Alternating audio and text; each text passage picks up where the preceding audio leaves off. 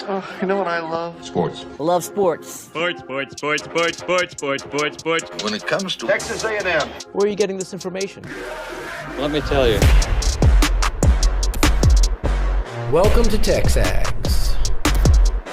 TexAgs Live. I feel like I should be listening to the theme song from the Jeffersons. You know, we're moving on up. We will develop men, we will graduate players, and we will win championships on the field. The best way for us to win is to do it together. He is a guy that has gotten better and better and better. He's just got that dog in him. It's been special. The 12th man this past week was unbelievable. And this is a real program. It's not fake. This is a real place. And if you want to be really good at football, this is a really good place to be. You know, if I'm betting on anybody, it's the Aggies.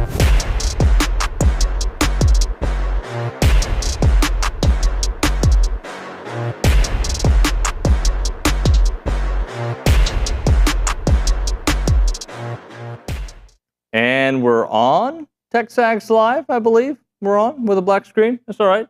Welcome into the program. OB, I'm going to go back in the day, all right? Okay. Back in the day.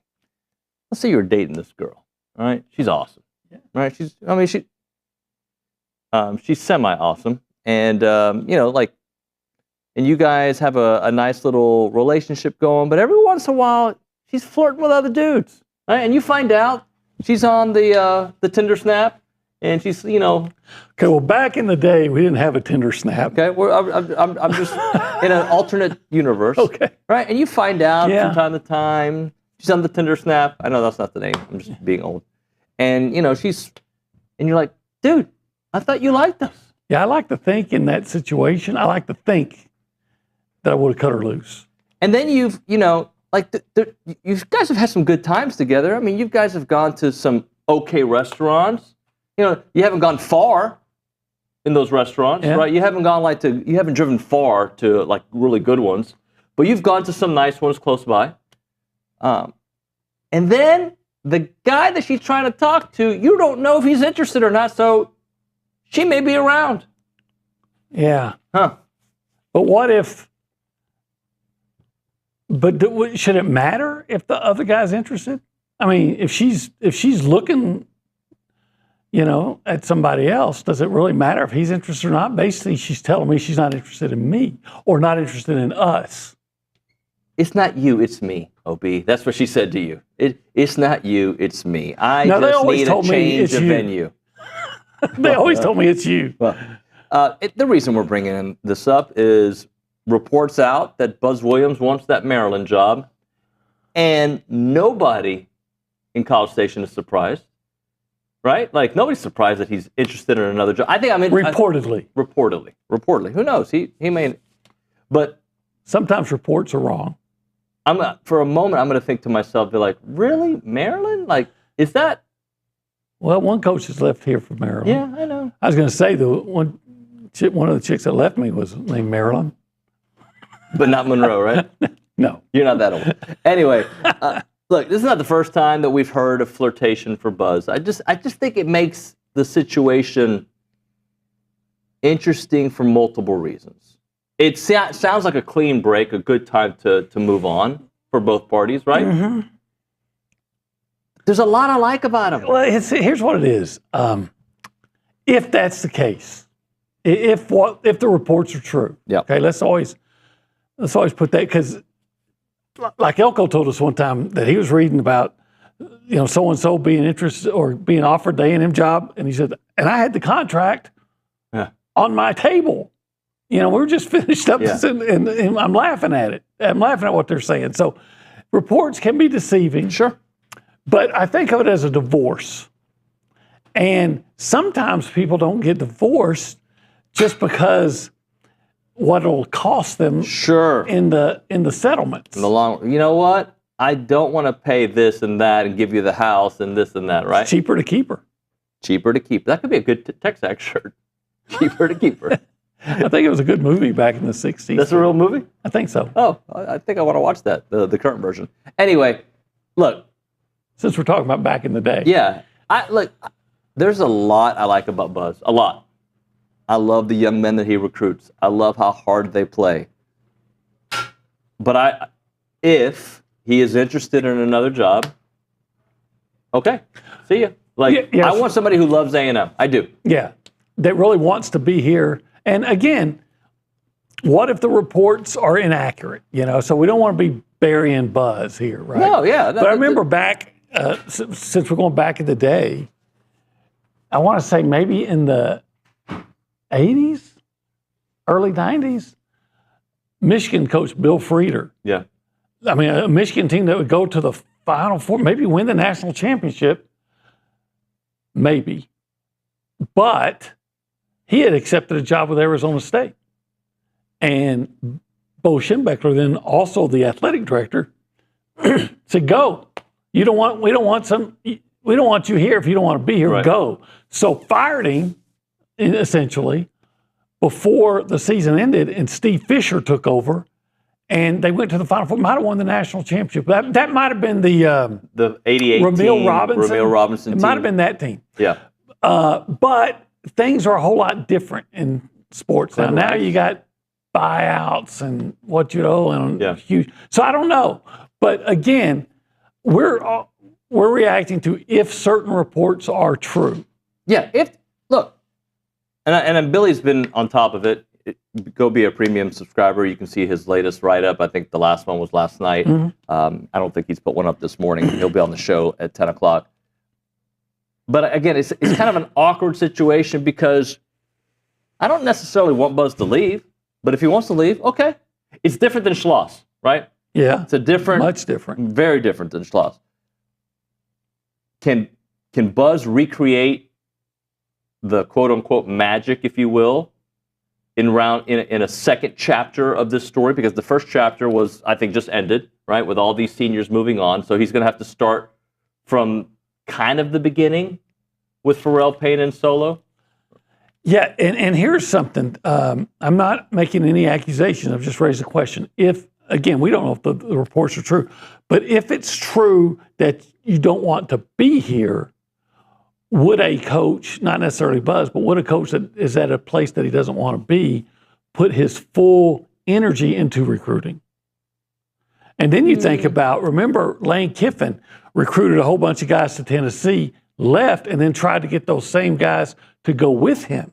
Look, so, I think it's about Buzz and not about A&M. And I think he recruits a certain way, and that model he'll take wherever he goes. So he's developing relationships. If it's at A&M or if it's at Maryland, I think guys buy into the Buzz way. And if he were to go to Maryland, those guys would follow him to Maryland. So if he goes to Maryland or anywhere else, Pharrell Payne and Solo probably go too, you think? I would assume, but I don't know. Like, well, all right, if Solo... Solo's been here longer. Okay, but if Solo and Pharrell Payne went with the coach and he left, and you already have like 8 guys gone, what do you have? You don't have anything. But and you got you hope that you got the guy you brings in his guys. Right? That's just the current state of college football or college sports today. Yeah. It's very interesting because I hate talking. We very rarely talking like what ifs, especially when it comes to coaches. But I think this is pretty well reported from national sources that Buzz is very interested, and of course Billy Liucci. That's a national source. He is a national source and our guy. So there's obvious interest in that job. Mark Turgeon had interest in that job. We've seen this story before. But I find it very interesting that, look, I recognize he's had 3 ADs since he's been here, right? I recognize that, and that can be difficult. I don't know if it is, can be. But I think the Maryland situation... Well, there's a reason that Maryland guy's leaving. Yeah, he doesn't like the support. He doesn't like the situation. He doesn't even have a boss, really, right? They have some interim guy as their athletic director. Just, okay, that's where you want to go? Okay. I'm kind of saying, I think one of the big mistakes that A&M made as an athletic program with Ross Bjork, and I understand, we've talked about this, I understand why he did what he did. Yeah. He was behind a rock and a hard place. Mm-hmm.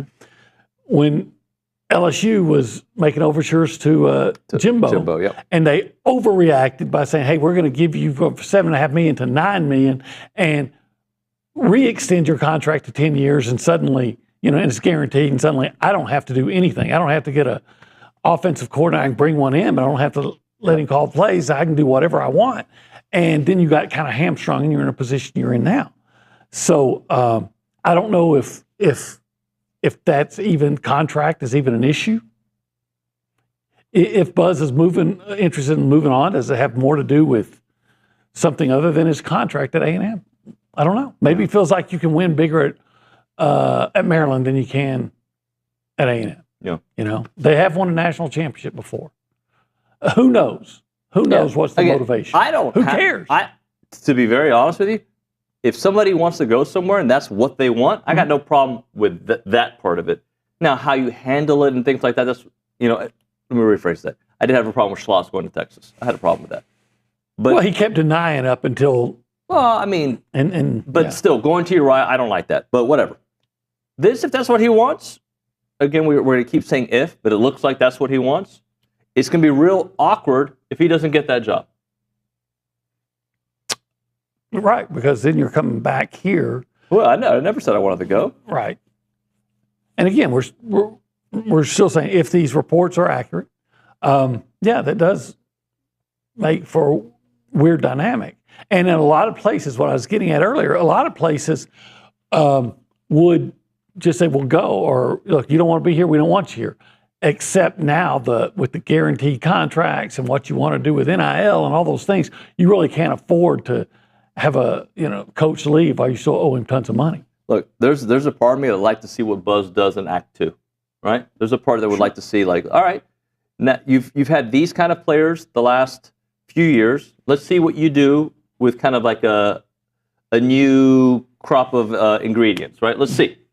There's a part of me that's like, all right, I get it, clean break. You lose all your guys. You're kind of known as a guy that leaves after 5, 6 years. I get it, all right? This ran its course. The ceiling here was the second round of the NCAA tournament. Let's see if the next guy can go further. So as I'm analyzing it, I could see it being good for A&M in either situation if they make the right hire, if Buzz were to leave. If not, I'd like to see what Buzz could do in his next chapter. Yeah, I mean, as long as he's the coach at Texas A&M, of course you want him to be successful, wildly successful. Yep. If he leaves and goes somewhere else, you don't, a lot of some will like him and will say, hey, yeah, I hope he does well. Personally, I only care about one program. Yeah. And that's Texas A&M. And I don't care, like if Billy Kennedy, who I liked a lot, if he went somewhere else, I hope he does well, but I'm not going to be emotionally invested in it. Yeah, the emotional investment is right here. If you want to be here, you got our support. If you don't let the door hit you. Or the good Lord split you. This is TexAgs Live. We're live, by the way. We're presented by David Gardner's Jewelers in the Rollo Insurance Studio. It is the Go Hour presented by The Warehouse at CC Creations. He's Olin. I am. I'm David Nuño. Yeah, I am. And this current area is the Holistic Planning Cool Zone. Yeah. What do they do? Oh, they do a lot of cool things because they help you make money. When you got money, you can do cool things. You can afford to do all that traveling and go to places that are really cool. And a way to get some of that money is investing.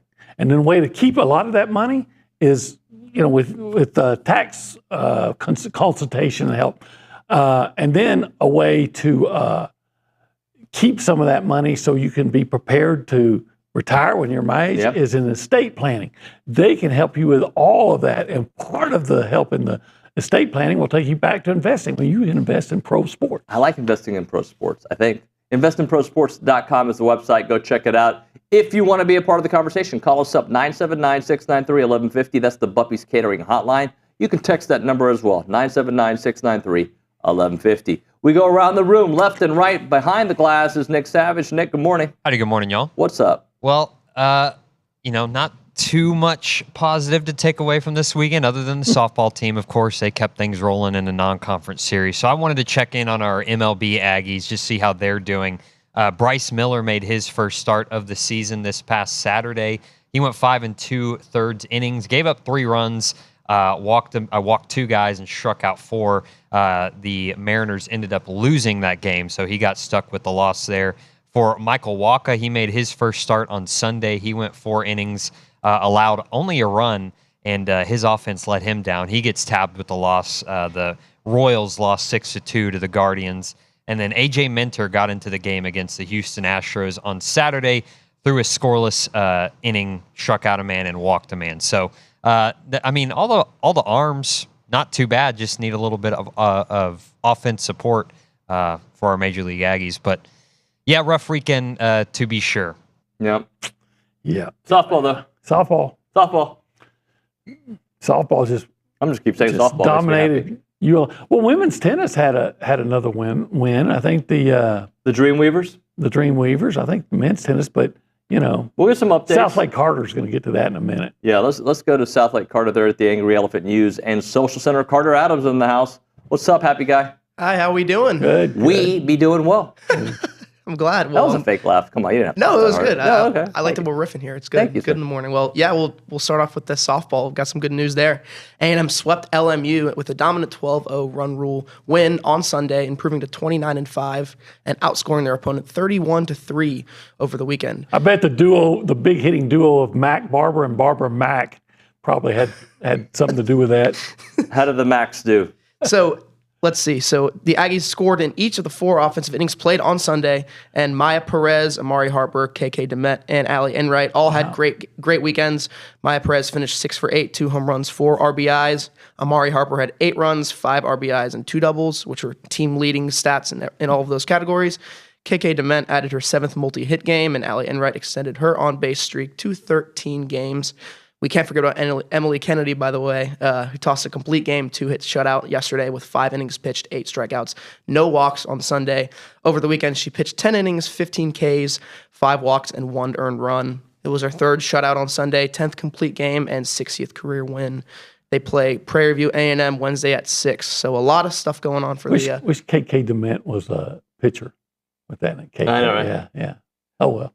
What else do you have for us, sir? So we've got, like we said, tennis was also very successful this weekend. We actually beat Kentucky for the men's tennis. Freshman Theo Papamalamis clinched the win for the number 12 ranked number 12 A&M Aggies with single victory against Kentucky. Freak. 4-1. Aggies moved to 15-6, 8-2 in the SEC, while Wildcats fall to 11-10, 4-7 in the SEC. The doubles play set the tone early. Number 30, Togan Tokac and Papamalamis upset number 21, group for Kentucky, to lock up the doubles point. Senior Luke Casper won for their first single set for the Aggies, but Kentucky responded. However, Tiago Perez and Papamalamis both won those last 2 singles games, capping off a strong team performance. The men's tennis team plays Mississippi State Thursday, April 3rd at 3 p.m. at home. And the women? Women, number 2, Texas A&M took down number 7, Tennessee, 4-1 in Knoxville to earn their 4th straight victory and earn their 8th win this season over a top 25 opponent. A&M improves to 19-2, 10-1 in the SEC. Tennessee falls to 14-4 and 8-3 in the SEC.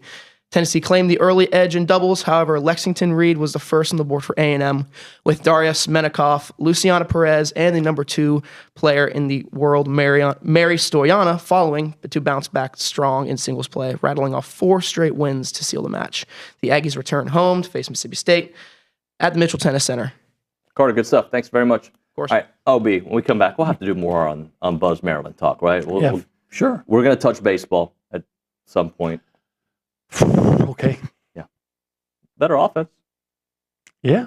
Better offense. When you finally start hitting a little bit, your pitching feels. Yeah, in that thing. All right, so we'll get into that.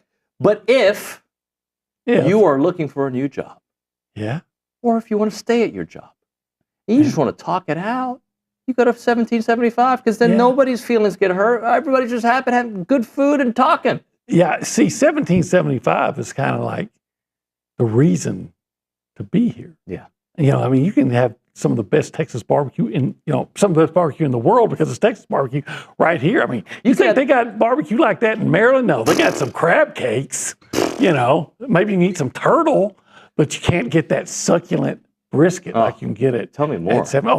Pork ribs. Okay. Those amazing, that jalapeno cheese sauce. Where in the hell Not in Maryland. In Maryland, are you going to find queso mac and cheese? It doesn't exist. They don't even know what queso is. The whole Eastern Seaboard doesn't have that. They're like, queso? What's that? Yeah. Anyway, it's 1775. They're open Thursday through Saturday, 11 a.m. until they're sold out. Online ordering turns off at 10 a.m. 1775 txbbq.com. You can call them up as well, 979-492-6241. You never had a barbecue turtle.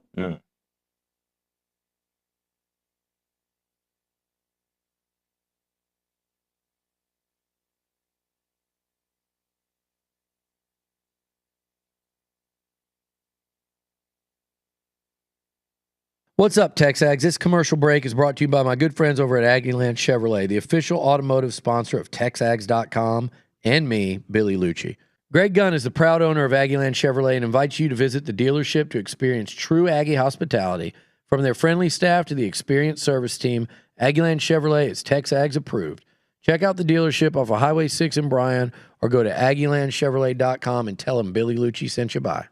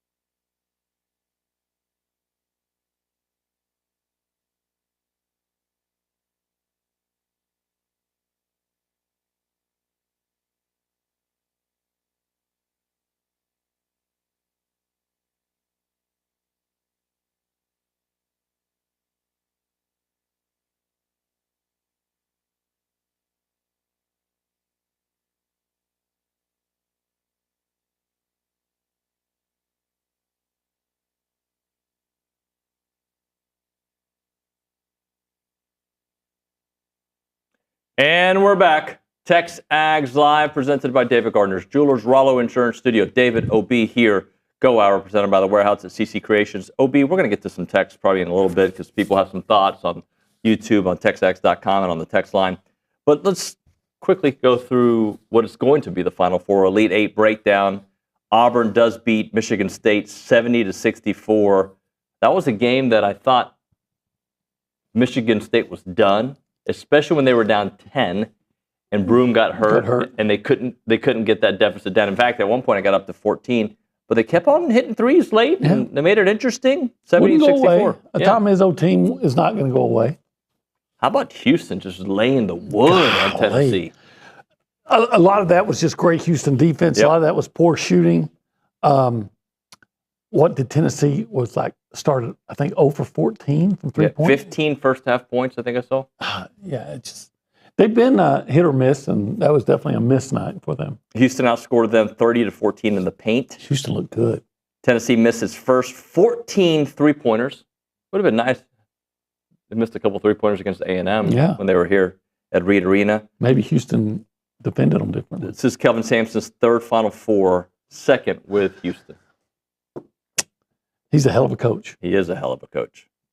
We also had Florida and Texas Tech. Florida wins 84-79. Walter Clayton Jr. scored 13 of his 30 points in the final 5:24.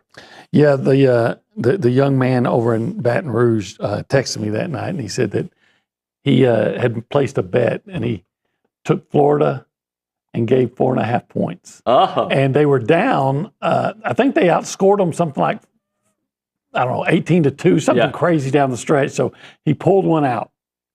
And J.T. Toppin had 20 points. So did Darian Williams for Texas Tech. What a great season for Tech. Excellent. And, and I know they're kicking themselves because they feel like they should have won that game against Florida. Well, and honestly, Texas Tech had the kind of season I thought A&M could have had. Yeah. You beat them without J.T. Toppin, I know. You beat them. You were on that trajectory for a large part of the season, especially in the non-con, right? Mm-hmm. And, they won some tight ones. They get past Arkansas. They almost win that one, but heck of a season for them. Yeah. I'm not going to say I rooted for Texas Tech, but I wouldn't have been out of shape had they won. Are you rooting for Houston? I am. Yeah. Here's my thought on the Final Four. Anybody but Duke. So Florida? I'd be fine with Florida. I picked Florida to win it all. Auburn? I'd be fine with Auburn. I don't have any issues with Auburn. And Houston. So I like the Texas team. If you were to rank the teams that you'd like to see win, how would it go? Well, I mean, since I picked Florida, I want to be right. So I put Florida 1. Houston 2, Auburn 3? Probably Houston 2, Auburn 3. Duke's like 69th. So they're just still around. I struggle because there's a part of me being from Houston. I'd like to see Kelvin Sampson win. I covered him for a long time, but I hear a lot of Houston chirping on my timeline. Yeah, that can that can change. But no, I like Kelvin Sampson and the Cougs. I was rooting for him back in I think it was 83 Phi Slamma Jamma, and I was like depressed for a week after they lost. That was depressing, yeah. I don't, because I didn't go to A&M, but I've never had any animosity toward UH. No. Yeah, I mean, obviously when they play A&M, I'm rooting against them. I wish A&M would have beat them last year. And I'm always rooting against them when it's A&M, but, Duke versus Houston, the nation's most efficient offense in Duke. And the best defense in the country in Houston. Okay, that'll be worth watching. I'll watch it. Duke's been winning tournament games by an average of 23.5 points per game. Okay. That's pretty good. Houston leads the country in three-point shooting at nearly 4. A team that plays defense and hits the three, 40% with 3 starters. You might go to the Final Four if you have that combination. Gosh, 42%. Well, I'm definitely going to be rooting for UH against Duke. Are you a Cooper Flagg? You're not. I don't have any issue with Cooper Flagg. I just don't like Duke. I had a executive editor, not executive. I had a managing editor once that was from Duke. Yeah. When I was working in the Statesman, I thought he was. There's a word that kind of, that's a disparaging word to someone. That kind of sounds like Duke, and I thought he was one of those. Yep. So if I was ever going to root for Duke, he would have ruined it. All right, let's hit a break. We'll come back. A little more basketball talk. Yes, we got baseball talk coming up. 9 o'clock, Michael Earley and Ryan Brauninger will be with us. Right now, a moment for Caldwell Country Chevrolet. You can find them Highway 21 in Caldwell and online at CaldwellCountryChevrolet.com. When you're looking for a vehicle, that's the place you start your search. You start it online, see what they have, and then you go to make the drive there, and you're going to be very impressed with the selection that they have for the trucks, SUVs, midsize, you name it. They have an amazing selection with great pricing. And then find out about the trade-in value. You get really good trade-in value. But the whole thing is about the customer service when you go to Caldwell Country Chevrolet. Small-town dealer with some great pricing, great people that go there. When you go there, you're going to get complimentary pickup and delivery for service. When you buy a vehicle from Caldwell Country Chevrolet, also, you're going to get free oil changes for life as long as you own that vehicle from Caldwell Country Chevrolet. They're the premier dealer for commercial vehicles for all of your small business needs. It's not a far drive. We're talking 15 minutes, the edge of Bryan, to the beginnings of Caldwell. Short conversation away, but you'll see the difference when you step on the lot and do business with the good people at Caldwell Country Chevrolet. Highway 21 in Caldwell, online, CaldwellCountryChevrolet.com.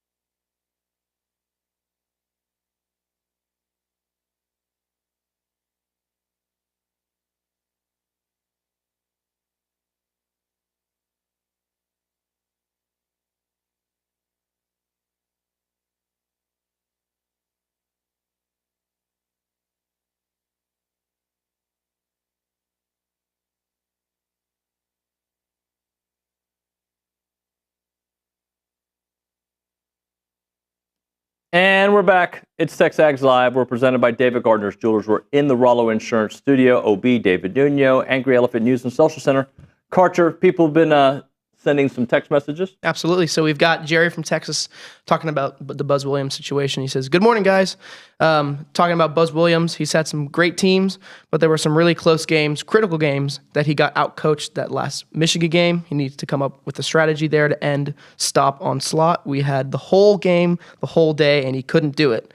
There were other games where his coaching was just not there when it needed to be. So if he leaves, I wish him the best. That is from Jerry. Jerry, I think he also said, how are you talking about Buzz Williams? Well, we're talking about him because it's in the news that he's interested in another gig. And I've said this many times. I think I've even said it before this Maryland stuff. Like, there's parts of Buzz I really like. Like, I want them to do better.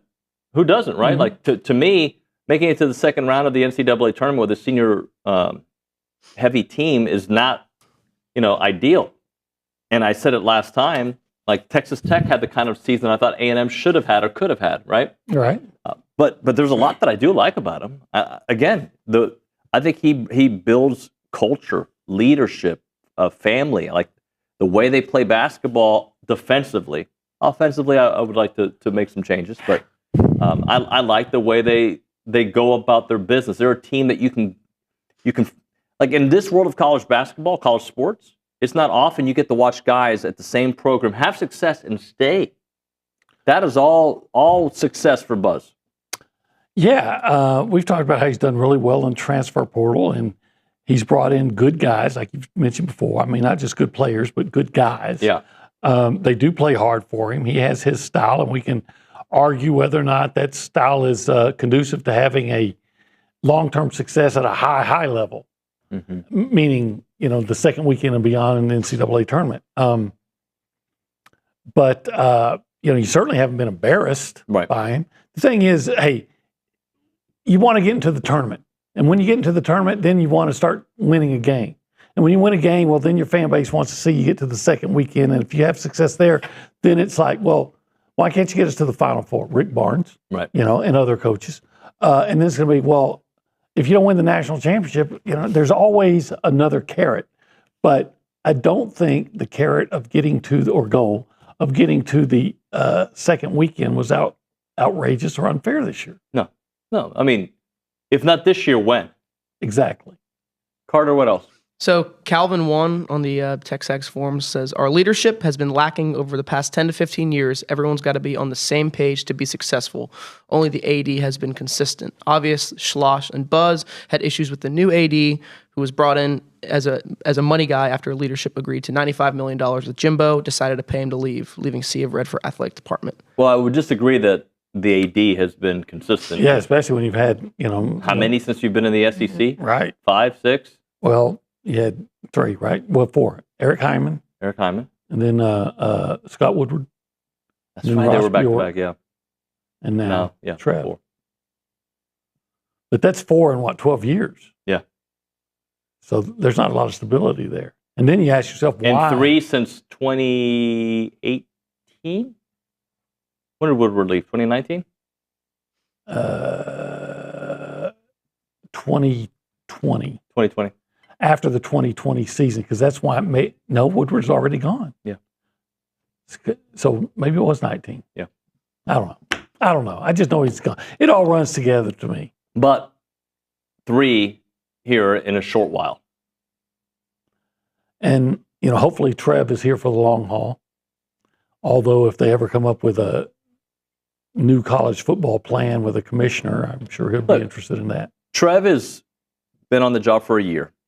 And baseball, we have some questions about where that program's going. I mean, I think that's putting it nicely, right? Baseball right now, there's questions.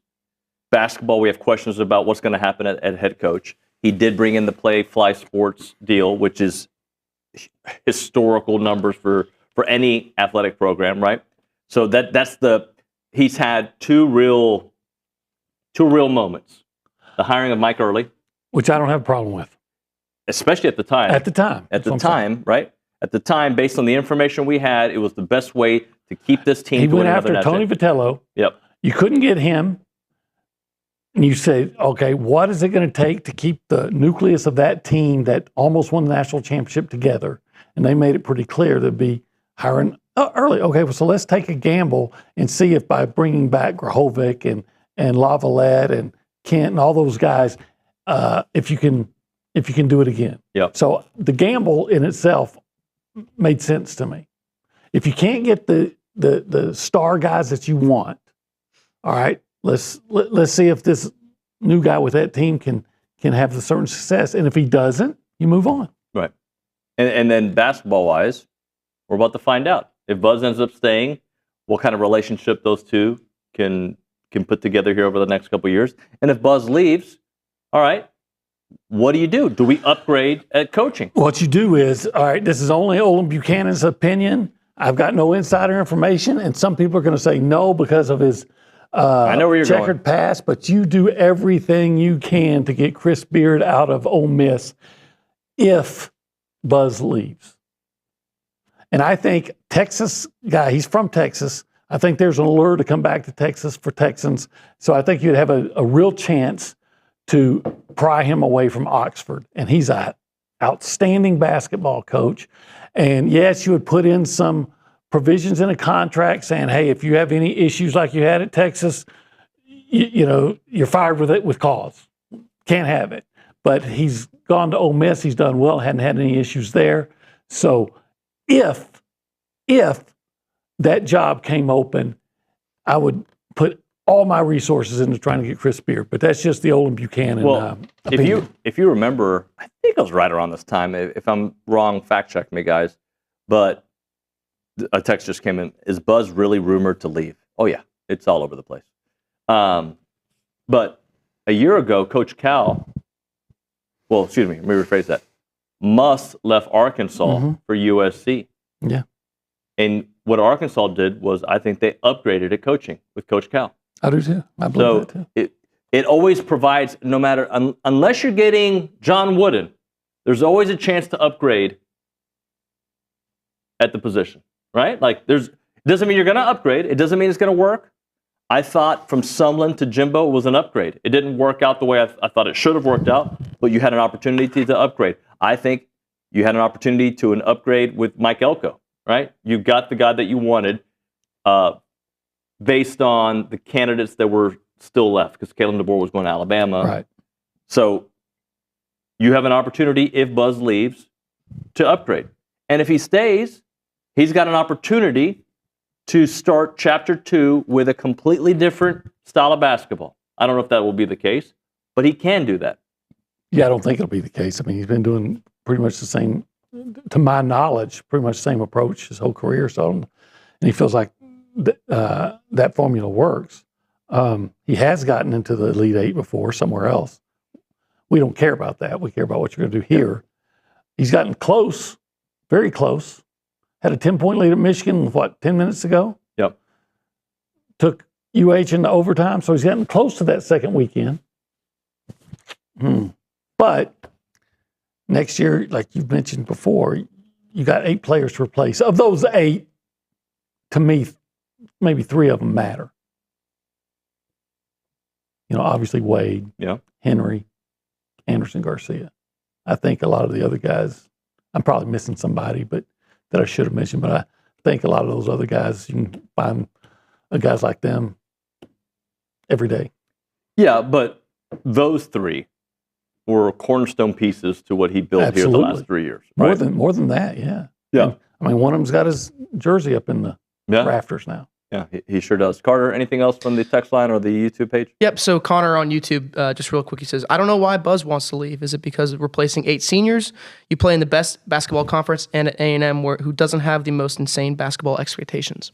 I always like to bring up real-life situations when kind of trying to... First off, I don't know what's in his head. Does he desire a different state? I don't know, right? Like, when I left my last job, and when you've left certain jobs, like, sometimes it's financial reasons, sometimes it's work-life balance, sometimes it's I just need a different, what's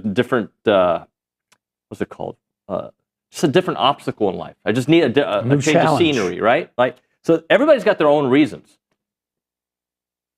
I'm not going to be mad at somebody for wanting a different situation for themselves. That's their life. But I'm an Aggie, so I want what's best for us. So if you want to go, all right, let's find somebody better right now. That's right. And I think that's why A&M's in such a hard position, OB, because if it's out there in all these coaching circles and all that he wants out, and let's say Maryland goes in a different direction, then what? Well, then you wonder if there's another job he's going to be interested in if he wants out that badly. Yeah. But it's my understanding, and forgive me if I got some of the figures off just a little bit, but it's my understanding Buzz is making $4.6 million a year. Like top 12, 13, something in the country. Are you top really going 15? to walk away from that? I mean, there's only a handful of jobs I think are going to pay you in that sphere. And I even question, is Maryland going to pay you that? And then you factor in their state income tax on top of it and all those things. You say, how much would Maryland have to pay him to be equivalent? Chase in College Station says Mark Turgeon's available. He's a good coach. If a woman leaves me, I mean, I probably, it's probably one day Irma's going to say, I've had enough of your crap, right? And if it ever happens, and then she just wants to come back, no, if you left, you can't come back. Depends how fine she is, man. Let's be honest. Depends how fine she is. I don't mean I ever can't take her back completely. I might let her come back and visit. Let's move on. I don't know where this could go. Well, I'm saying that if Turgeon left me, so no, you can't come back. Let's talk a little Milliken Reserve, shall we? I guess Texas sued, they could. Milliken Reserve is a farm-to-table community in College Station. They got homes, they got trails, they got farms, they got wide open spaces with a mission to build a healthy community around nature. They're committed to treading lightly on the land that you can find Milliken Reserve on. Yeah, they got terrapins out there? Dude, they got so many. Okay. You can go barbecue terrapin there. That's right. Milliken Reserve connects families to natures and each other. You have Volunteer at the Farm coming up on the 4th. You've got another day of Volunteer at the Farm on the 5th, Farm Stand on the 5th, trail running with the Lone Stars on the 5th. So much going on that day.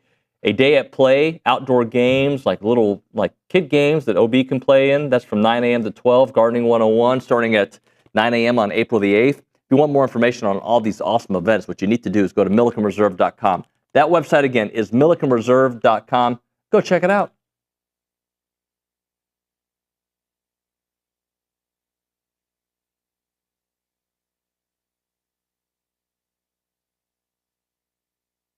Let's talk a little Snaps clothing. David Nuño here, and I love wearing Snaps clothing everywhere. I've got the flannel on right now. You've seen me in the Tailgater collection with the A&M gear. It is fantastic. If you see me around town with my sons, Christian and Cruz, they've got a bunch of Snaps gear. When they have big games for Consol, they wear nice clothes, so they wear their Snap stuff. And I'm telling you, with baseball season here, let's all kind of go looking stylish and fit to the games there at Olsen wearing the Snaps clothing. As a reminder, they are the only official licensed Texas A&M Pearl Snaps maker out there. Their Tailgater collection is built for game day with breathable, moisture-wicking fabrics to keep you comfortable while you rep your Aggies in style. Now, whether you're watching the game from home or maybe you're in attendance, you're tailgating, whatever it may be, you got to make sure you head to snapsclothing.com to see everything they have to offer. It is fashionable, it is awesome, and you're going to love it.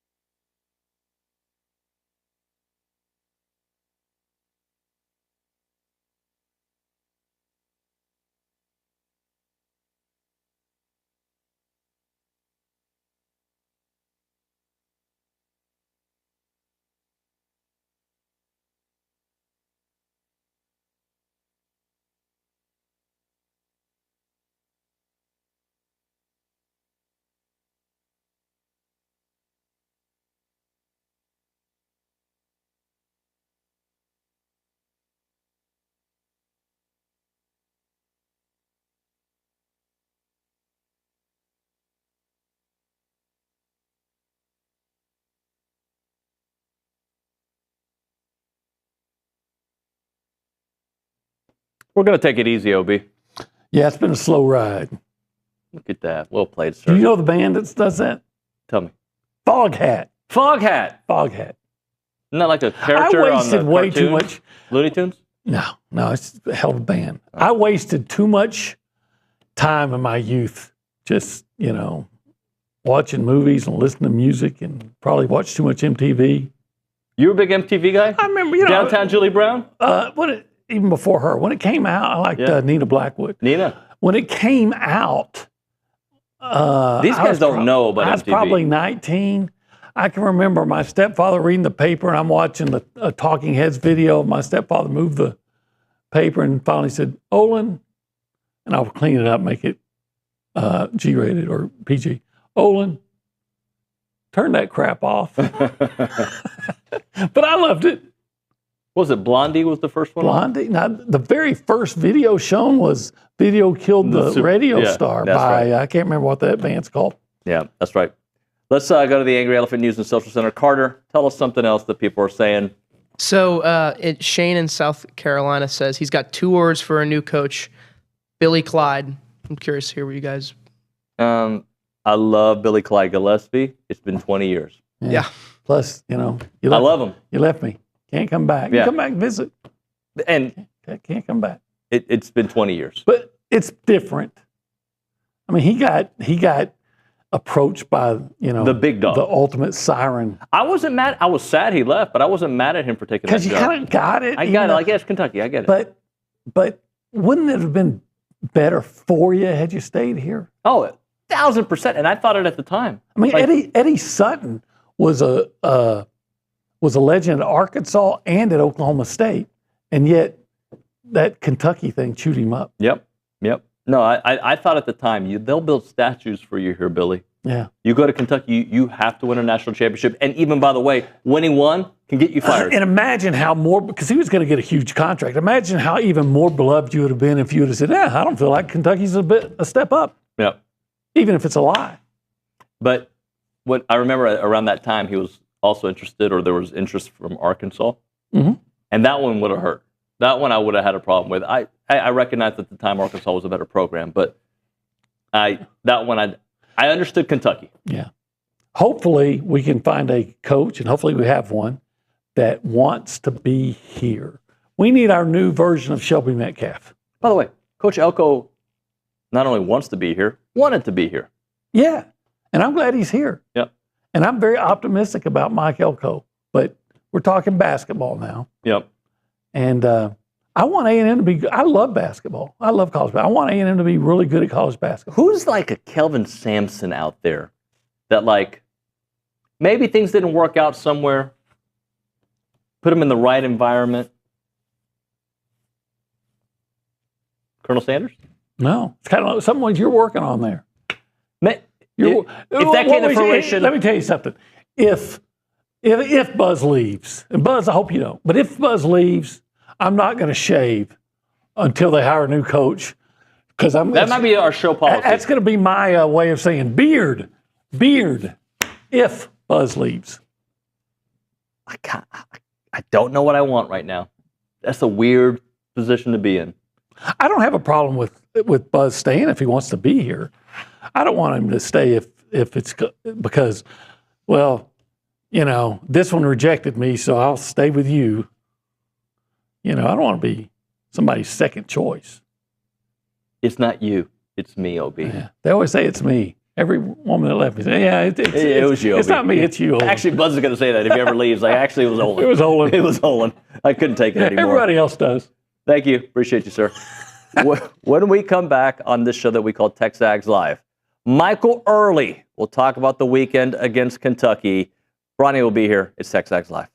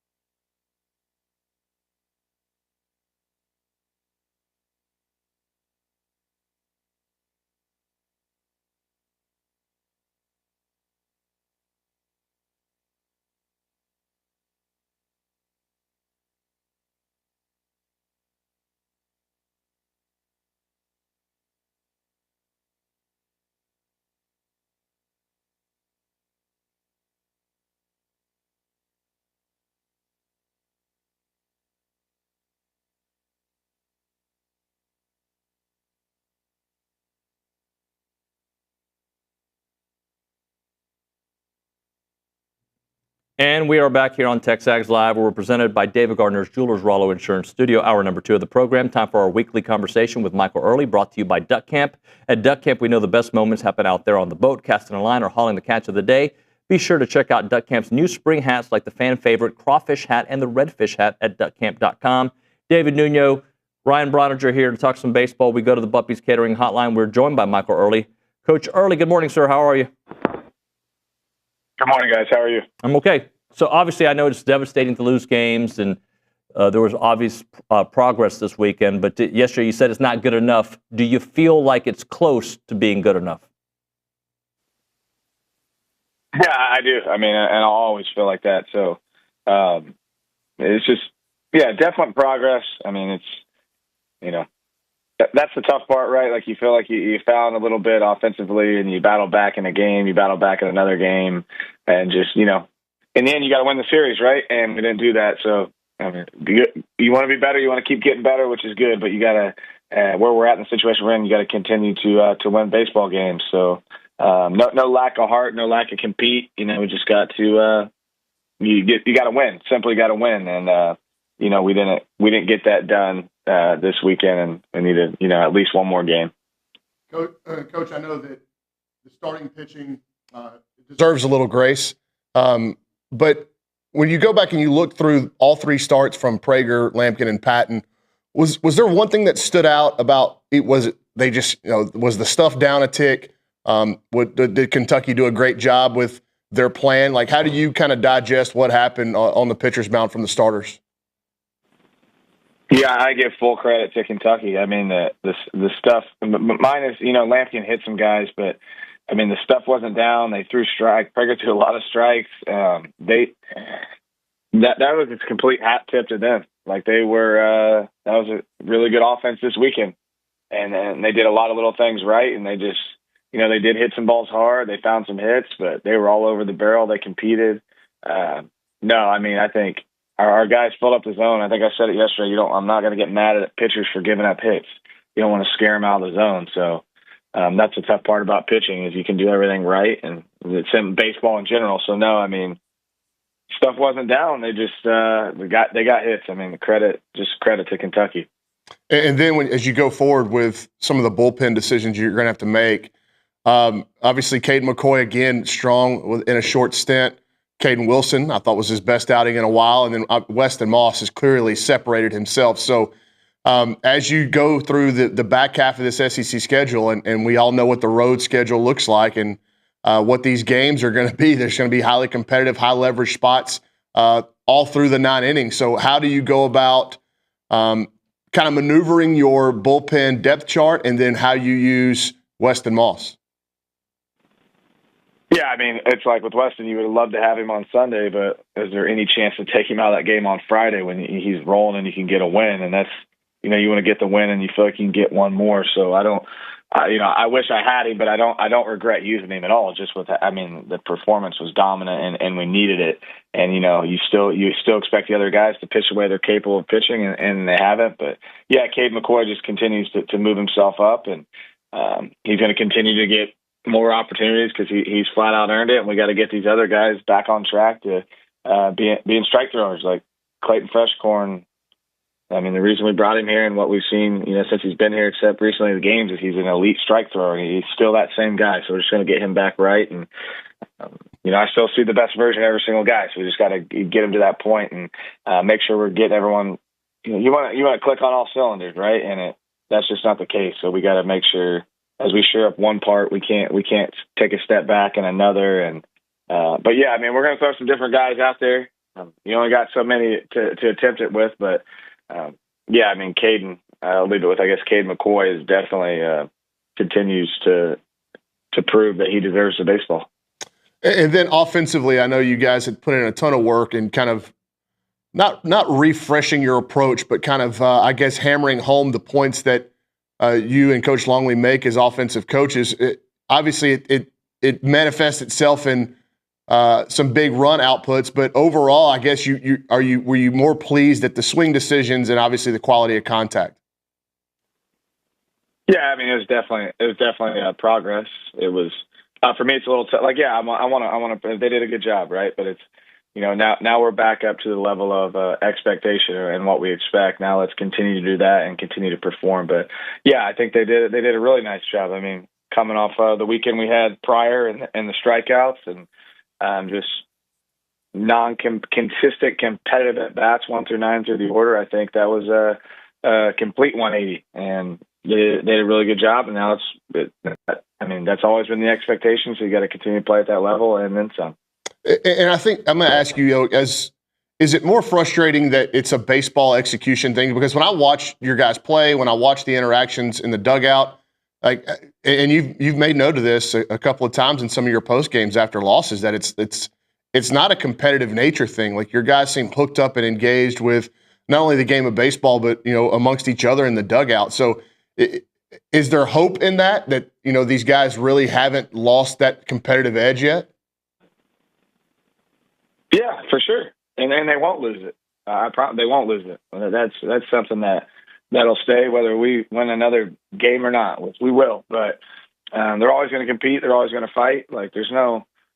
I've said it a million times, and I'll continue to say it. There's no lack of care. It ain't a lack of care. It's sometimes a lack of execution, a lack of coaching, or a lack of making a play. It's all of that. It's not effort. It's not hard. It's none of those things, man. So we just, yeah, for sure. Like, you want to go into battle and be in a situation like this with guys around you that care, and that's what we have, right? And maybe it makes it a little easier, but yeah, it's frustrating. Obviously, I think you can hear it in my voice, but I love my players, and yeah, it does make it a lot better that you got guys out there competing and battling. Talking to Michael Earley here on TexAgs Live, presented by David Gardner's Jewelers. All right, so Caden Sorrell back in the lineup this weekend. What were your takeaways from his first weekend back, and what do you think we can see here in the future? Yeah, it was great. I mean, I think the number one thing is getting him in the game and coming out of the game healthy. That was a big part of it, right? Just battling back from that injury. We didn't want any setbacks, so that was a huge positive. And then adding him to the lineup just really, I think, gave us a little bit more length and keeping the balance, especially against a team like Kentucky. Adding a left-handed bat like that and being able to keep a left-right balance with a team that has a decent amount of left-handed pitchers in the bullpen was really good. He did a nice job. I think he'll continue to get better. I mean, he's only had a few live at bats leading up to that. We kept him on some high-speed machine stuff, and he stood in on a lot of bullpens. But you can see the kind of player he is and how he adds some length to our lineup. And just got to keep him healthy and want to try to DH him as long and as much as possible, just to be extra cautious on that hamstring. At some point, would definitely like to get him back in the outfield, but I just want to make sure we keep that bat in the lineup. Yeah, and then you shuffle the lineup on Sunday, and I think it probably more have to do with the way Kent has been scuffling. But what'd you like out of TK in the leadoff role, and then kind of how it filled in behind him?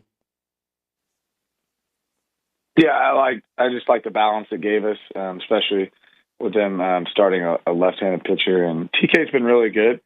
It's just one guy's doing well, the other guy's gone through a bit of a struggle, and then adding Sorrell it made that decision easier. And then I think TK is, I mean, you can see he's a leadoff type hitter and the type of guy you want there. And he's overly proved to himself, and we'll continue to roll with him for the foreseeable future, or maybe something changes with the matchup. But I think it's more about what TK is doing rather than what Caden's not. And I believe in Caden. I think hitters hit, and Caden's always hit, whether it's summer ball or in college. So we're just going to move him a little bit and will give us some more depth in the lineup. And TK just continues to be a ball player, and he does a lot of really good things right.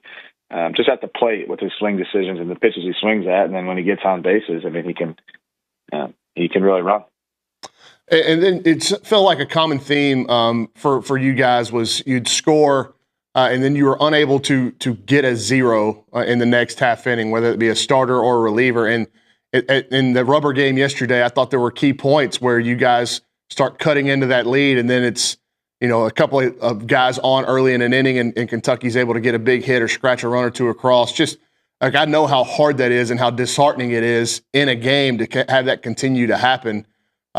So when you're managing it and you're going through it, like, is that something that you address in the moment, or you just try to keep guys upbeat to try to work through it and be positive about it, about potential outcomes through it? Yeah, it's big. Just, every inning everyone is it's about keeping the energy, staying energetic, and you play each pitch. You play situations at times where you play the score, but you just keep going, whether you hold them or you don't hold them. Just the energy and what you bring in between innings and during the inning is just a standard, whether we're up 9 or down 9 or they score or we score. You want to just continue to play the game. And I thought they did a really good job of that because, they would answer, we would answer, they would answer, we would answer. And it just, they got us 2 out of the 3, which was the tough part. But, just from a standpoint of how I manage it is just, I'm very upbeat in the dugout. Try to just be intense without being, getting the players, too worked up, but it's just competitive, man. Competitive with a lot of competitive guys, and you don't really change much. You just keep going, and see what happens at the end of the game.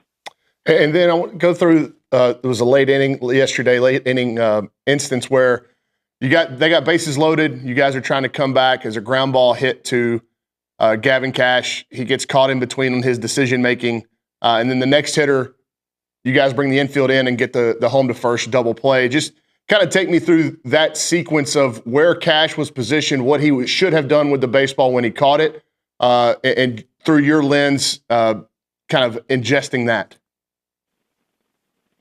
Yeah, that ball's got to go home. I can't remember who the runner was at third, but just how the speed of that ball was hit and the score, he needed to go home. And I didn't get a chance to talk to him about it just because he had got hurt in that inning. And I just left him be because he was upset enough.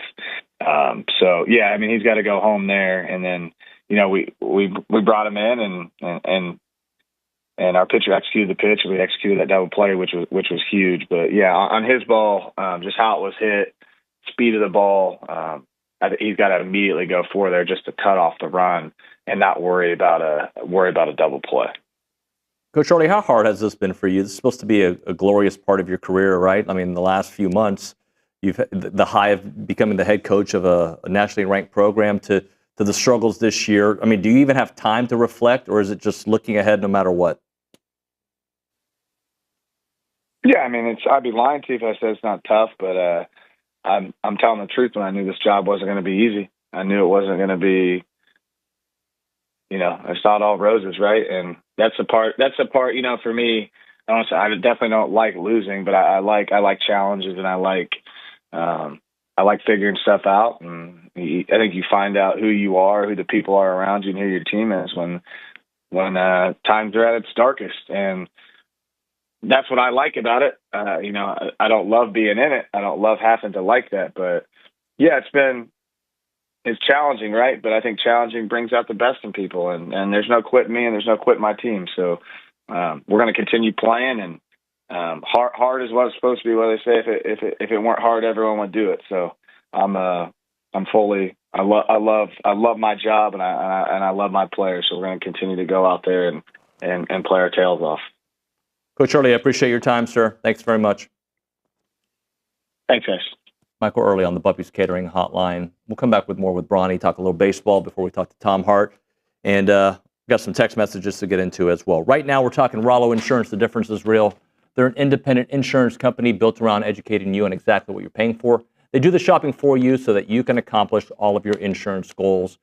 They have 68 offices in Texas, but their headquarters are right here in College Station on Highway 6. It's the place to go when you're looking for whatever insurance situation that you're in. Farmers insurance, homeowners insurance, car insurance, you name it, they take care of it. They are fantastic at what they do. And I've been using them. Several people who work at TexAgs have been using them for a long time, and they're so involved in the community. That's why you see them all over the place. You see Jason Jackson, Morgan, the entire team, Keith, all over the place. The website is rolloinsurance.com/TexAgs, rolloinsurance.com/TexAgs, or call them up, 888-44-ROLLO. That is 888-44-ROLLO. It's rolloinsurance.com/TexAgs.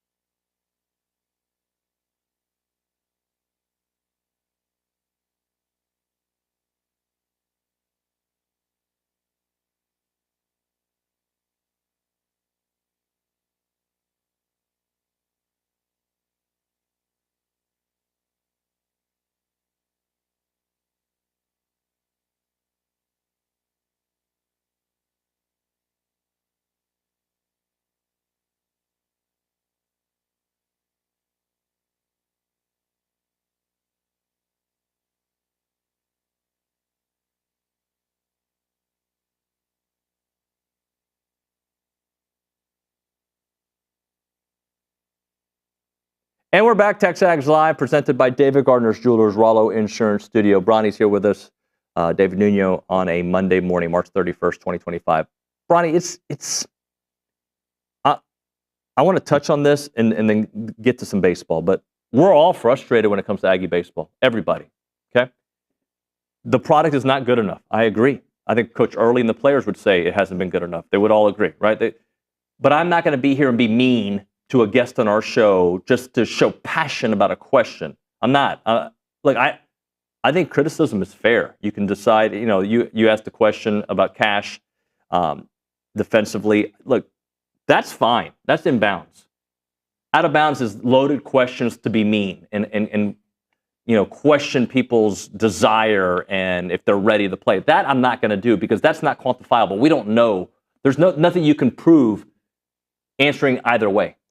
Well, one thing that I can tell you with certainty is how hard they're practicing. I've been around baseball a long time. I've coached a lot of baseball, been around a lot of high-level baseball. And when I watch this team in the dugout, how they interact with the game of baseball, Coach Earley's right. They're not quitting. There's not a lack of care. There's no lack of heart or want to. That's clear. There is lacks in execution. There is lack in some situational awareness, but all of the stuff that you really worry about when the team loses this much is like losing the locker room and losing the belief in each other. I got zero sense of that. I think their culture's in a pretty good spot, but that doesn't mean you're going to win games, and it certainly hasn't meant that the A&M is going to win games this year. So, everybody's frustrated, and look, everybody wants us for some reason to take a pound of flesh out of the guy, and I'm not going to do that. I've said from the beginning that you let the season play out, and then at the end you take into account of everything that's happened and you examine it, and that's where I'm still at. But we can examine so far. Sure, and we're going to. Yeah, and it's not been good enough. And so they lost 10-5 yesterday in 8 innings, and I won't get into that at all. All I say is what Nick Mingione pulled yesterday is disrespectful to the game of baseball. It's extremely frowned upon, and I think it's cowardly, and I'll leave it at that. He won the series. His team played better. They executed better. He called some fantastic offensive plays, especially yesterday, and their guys stepped up in the moment and got the job done. Point blank, period, end of story. All that can be true, and he can still have really brought shame upon himself and disgrace upon the game of baseball with what he pulled yesterday late. For A&M, if it's not one thing, it's another. Yep. Right? And it seems like that's been the story of the year. When the offense was struggling, the starting pitching was so stinking good. And then the offense starts to look like what we thought it would off the jump this season, and the starting pitching, for lack of a better term, they got their brains beat in.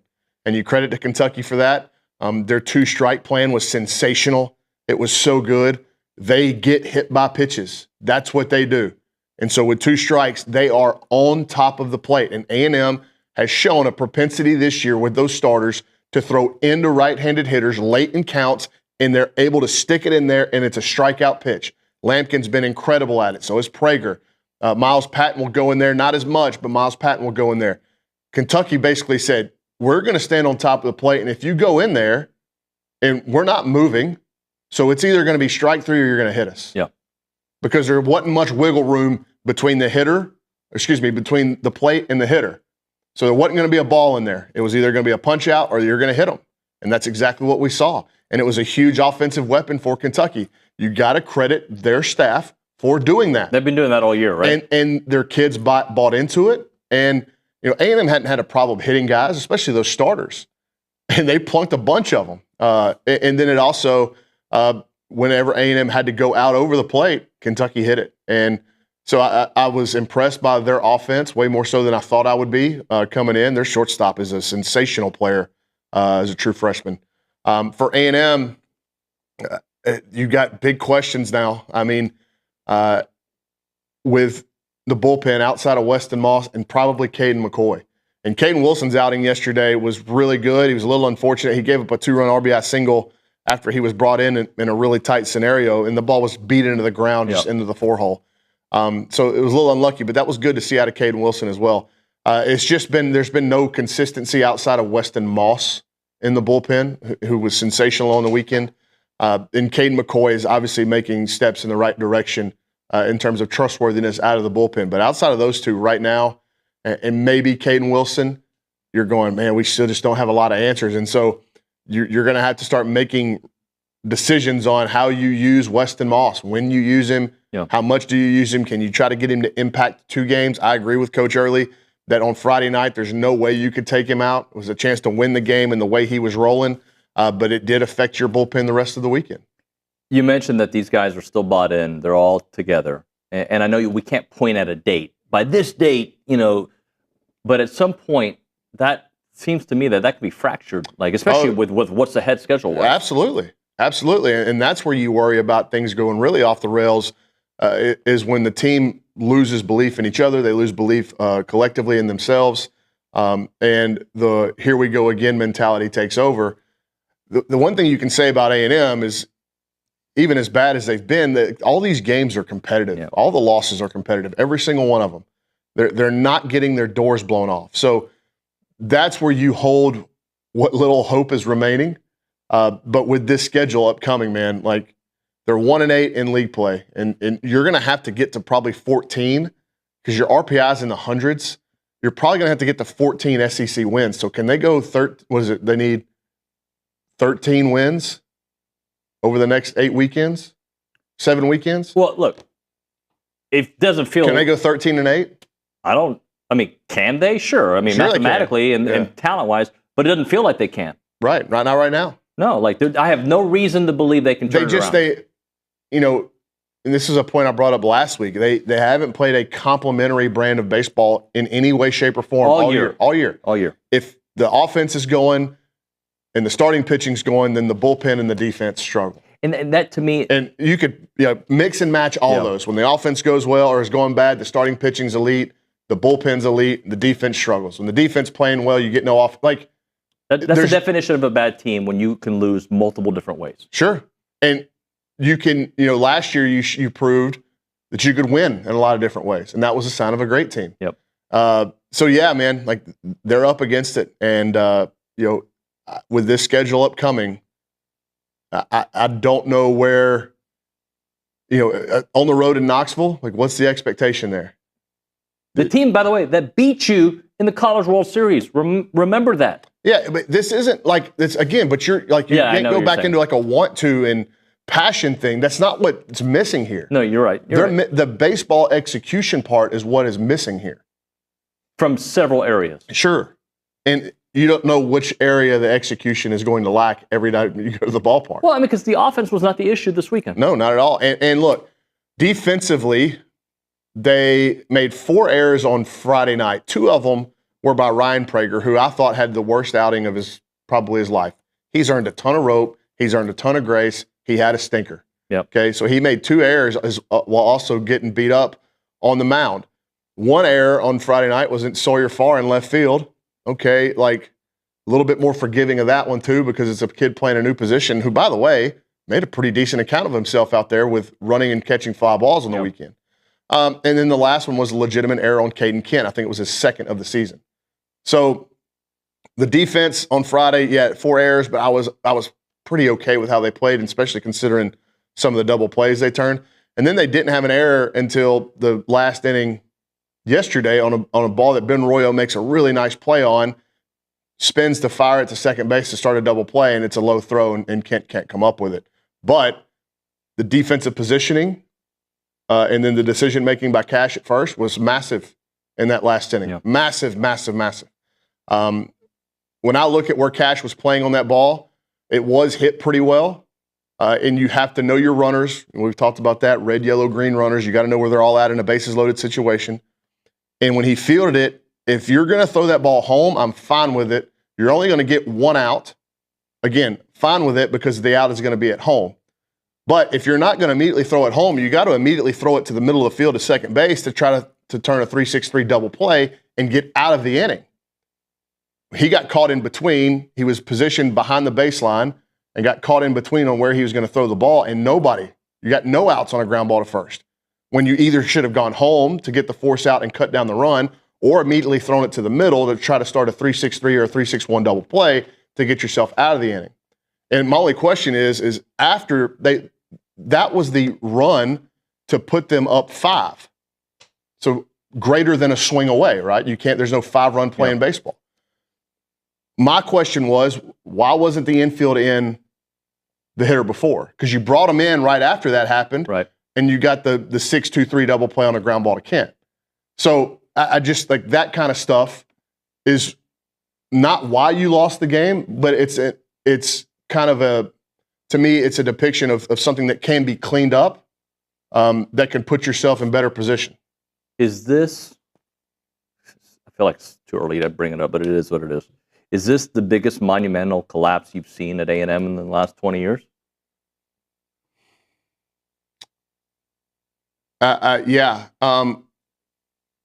Again, but to me, when I make my assessment on that kind of stuff, I don't do it based off of what I thought was going to happen in December and early January. Like, there's a massive difference, obviously. Even with Caden Sorrell back in the lineup, you see what kind of talent and what A&M was 25 missing. runs this weekend. Yeah, and you see what he brings to the offense in the middle. But him not being able to play defense is still leaving a massive hole because nobody has stepped up in left field. And you got to look at what they did in the transfer portal, how many hits versus how many misses. And then you got to look at guys not making strides forward. And I love Hayden Schott. I think he's a forever legend here at Texas A&M baseball. He's had a poor season. It's just there's a lot that's had to go into it for us to be where we're at right now. It's head-scratching. I never thought that they'd be here. I can only imagine how tough it is for the coaches and the players. Like, for as much as we think we have invested in it, and I am unapologetically, I think me and you and a lot of us here are pulling for Michael Earley. Yeah. Absolutely. That's a good man. He cares about his kids. He cares about this program. He cares about Texas A&M. He cares about the community of College Station. And so I understand that as much as anybody, but we're not invested like they are. There's not a fan that wants us to take those pounds of flesh out of him that's as invested as much as he is. He completely understands what's going on right now and kind of the enormity of the situation, for lack of a better term. Like, this is a big deal, and it's up to him and his staff to try to figure this out and those kids. So, yeah, it's disappointing, but like, I'm not going to be so emotionally upset with the scenario that I'm going to unjustifiably attack the guy.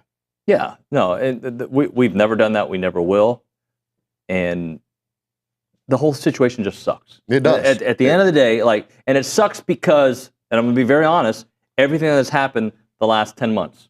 Sure. Everything combined. Yeah. Right? It has brought the fervor and emotion to the situation and ratcheted it up. If all things last summer, or maybe the last staff doesn't change, and they're still here, and this is what the product we're getting, we're going, okay, like this stinks, but coming off, nobody saw this coming. But now, because of what happened last summer and how this team's playing and the overall record, it's only added fuel to the fire. Like, it's 10x. And you could, again, if you're looking at it to me and you want to go, well, a lot of people care. It's pretty obvious that a lot of people still care about Aggie baseball, because you don't get this kind of malaise out of the fan base. Like, the people are really fired up about what's going on. So there's still plenty of passion for the program. Ronnie, we're way late. I got to go to Tom Hart here, but I do want to ask you, because history was made this weekend. Just for a moment, talk about Jace. And I know it's been a hard season for him, but at the end of the day, his numbers are going to be forever remembered. Yeah, and I texted him on Saturday after the game and said, hey, man, congratulations. You also handled the whole media stuff after like a pro. And I'm really proud of him. Not because I've coached him or known him for so long, but I'm proud of him because I know how much he's matured as a human being since coming to college. And that was one of the reasons why he chose not to go to the MLB through the MLB draft out of high school, was because he wanted to come here and grow as a man. He's done that tenfold. And he's a great representative of the Aggie baseball program. He's a great representative of Texas A&M. He loves the university. He loves the fan base.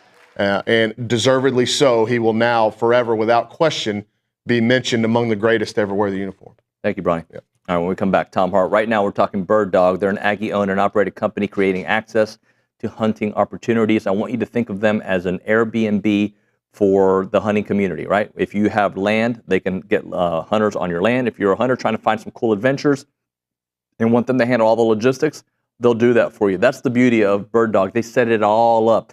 And back to those landowners. You got land. You want to have land, you want hunters on your land, great, they'll do that. But if you want to make money on your land, regardless if you have hunts or not, they can take care of you. If you're running cattle, farming, whatever it may be, they can find you those tax benefits that you have not thought about, optimizing you those dollars and cents to make you some money on your land. Some of their landowners are making an extra $100 to $500 per acre of land. They can be your personal consultant to help you maximize the income on your land. Remember, Bird Dog for all of your full-service hunting experiences. And for you landowners, let them help you make money for your ranch. It is Bird Dog. The website is birddogit.com. Birddogit.com.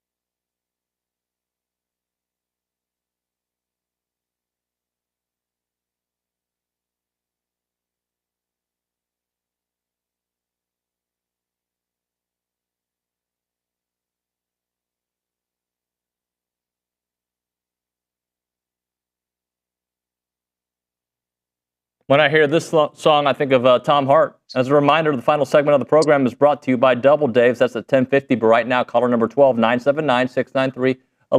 We're going to hook you up with your choice of a dozen pepperoni rolls or a large one-topping pizza from Double Dave's. They've been around Aggieland since 1984 with your favorite pizza. And, of course, those world-famous pepperoni rolls, reliable in-house delivery, bringing piping hot goodness straight to your door. Just click on doubledaves.com, and your favorites are on their way. We go to the Bubby's Catering Hotline. We're joined by Tom Hart. Tom, good morning. Good morning. Plenty of drama at Bluebell this weekend, huh? Especially with the clock situation. Buddy, there's drama all over Aggieland. Like, it's been nonstop since I've been here. It's like one thing after another. Jimbo Saban, Jimbo fired, basketball coach, maybe flirting with Maryland, baseball team, an inning away from a national championship, and the way this season's gone. It's called Texas A&M drama. That's you need to add the D to it. Never a dull moment. What's the latest with Buzz? What do you think? I think he'll be around next year. If you were to ask me that right now, I think he'll be around next year. Because it takes two to tango. I don't know how interested Maryland is. Yeah. There's reports that they're, he's definitely somebody they'll consider. It kind of makes sense, right? Buzz stays places 6 years, moves on, and maybe he thinks Maryland will. To me, it's a lateral job, but maybe he thinks it's a step up. I don't know. They had a really nice year, but their coach wanted to leave for a reason. So I don't know. But I think he'll be around. What do you think, Tom? Well, I think the coaches, old school coaches who've been in the former landscape for a long time are facing some difficulties now because they're getting pushback from athletic directors who are saying, this was a booster-funded economy for a long time, and you were able to raise money and go spend it on your players. But going forward with rev share, you're looking at a salary cap, and that's going to be a fairly hard salary cap. And this is the reality of it. And A&M gets what, $85 million in revenue from football? Well, where is our spending going to go, right? And I think that's exactly why Kevin Willard was mad. He didn't get an extra night of hotels in New York City over Christmas, but at the same time, he was complaining about not having enough NIL money. Hey, buddy, here's a hint, Kevin Willard. The more you spend on hotels to stay at a 5-star hotel over Christmas time in New York City, the less your budget has for NIL. I know there are different buckets at times, but it's all coming from, the same revenue source. So I think there are guys having a hard time getting used to that idea, and that idea that if you go in and you look for an extension for innumerable years, the answer is going to be no. We no longer have to recruit 5 years out with another promise that you're going to be there through the kid's entire career. The kids aren't staying. They really don't care if you're going to be there 4 years because they're probably going to be gone. This last group notwithstanding, obviously, with the 8 seniors. So I think there's a lot of coaches who have been in the business for a long time who are trying to come to grips with their situation and get the best out of it, which they should do. That's their right. Look, I think the newer generation of college sports fans, this is what they're going to know. But one of the things that I think people my age and older probably struggle with is it's such a transactional relationship now. Everything is. And I understand that the coaches' relationship has been transactional throughout, but it felt like because they had contracts, it was a little harder. But everything is coach can go here because he wants a better NIL for his players and this situation, and the entire team can follow him. And this guy can go here because they offered him a starting spot, but he's not even that good, but he's going to go. That's just the world we live in. So us olds, it's man, this is kind of hard to swallow, but we're still tuned in, right? Yeah, I mean the ratings have been fantastic for March Madness, and with 4 number 1 seeds, they're going to be great again next weekend because they have real star power. I miss the Cinderella aspect of it, but the reality is most casual fans, and that's where you draw your viewership, they don't care about the Cinderella after the first weekend anyway.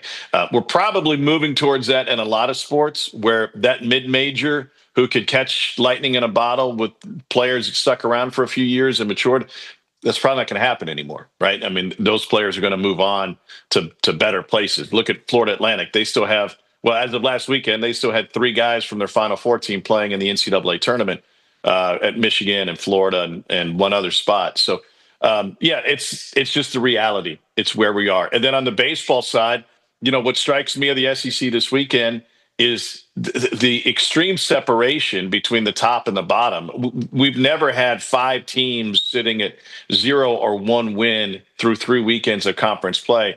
A couple years ago in 23, Georgia, Ole Miss, and Mississippi State were all there at 1 win apiece, and you have to go back further than that to 94 to find even more. That was, Vandy was winless as a different Vandy program, but I'm fascinated by the separation between the very top of the league and the very bottom of the league, and the middle class is going to have to scratch and claw to try and find some wins. Well, Tom, I want to go back to something you said because of the Florida Atlantic example where you have all these guys across the country still playing, which is one of the things that I love about Buzz was he was able to keep a nucleus together in a different world of college athletics.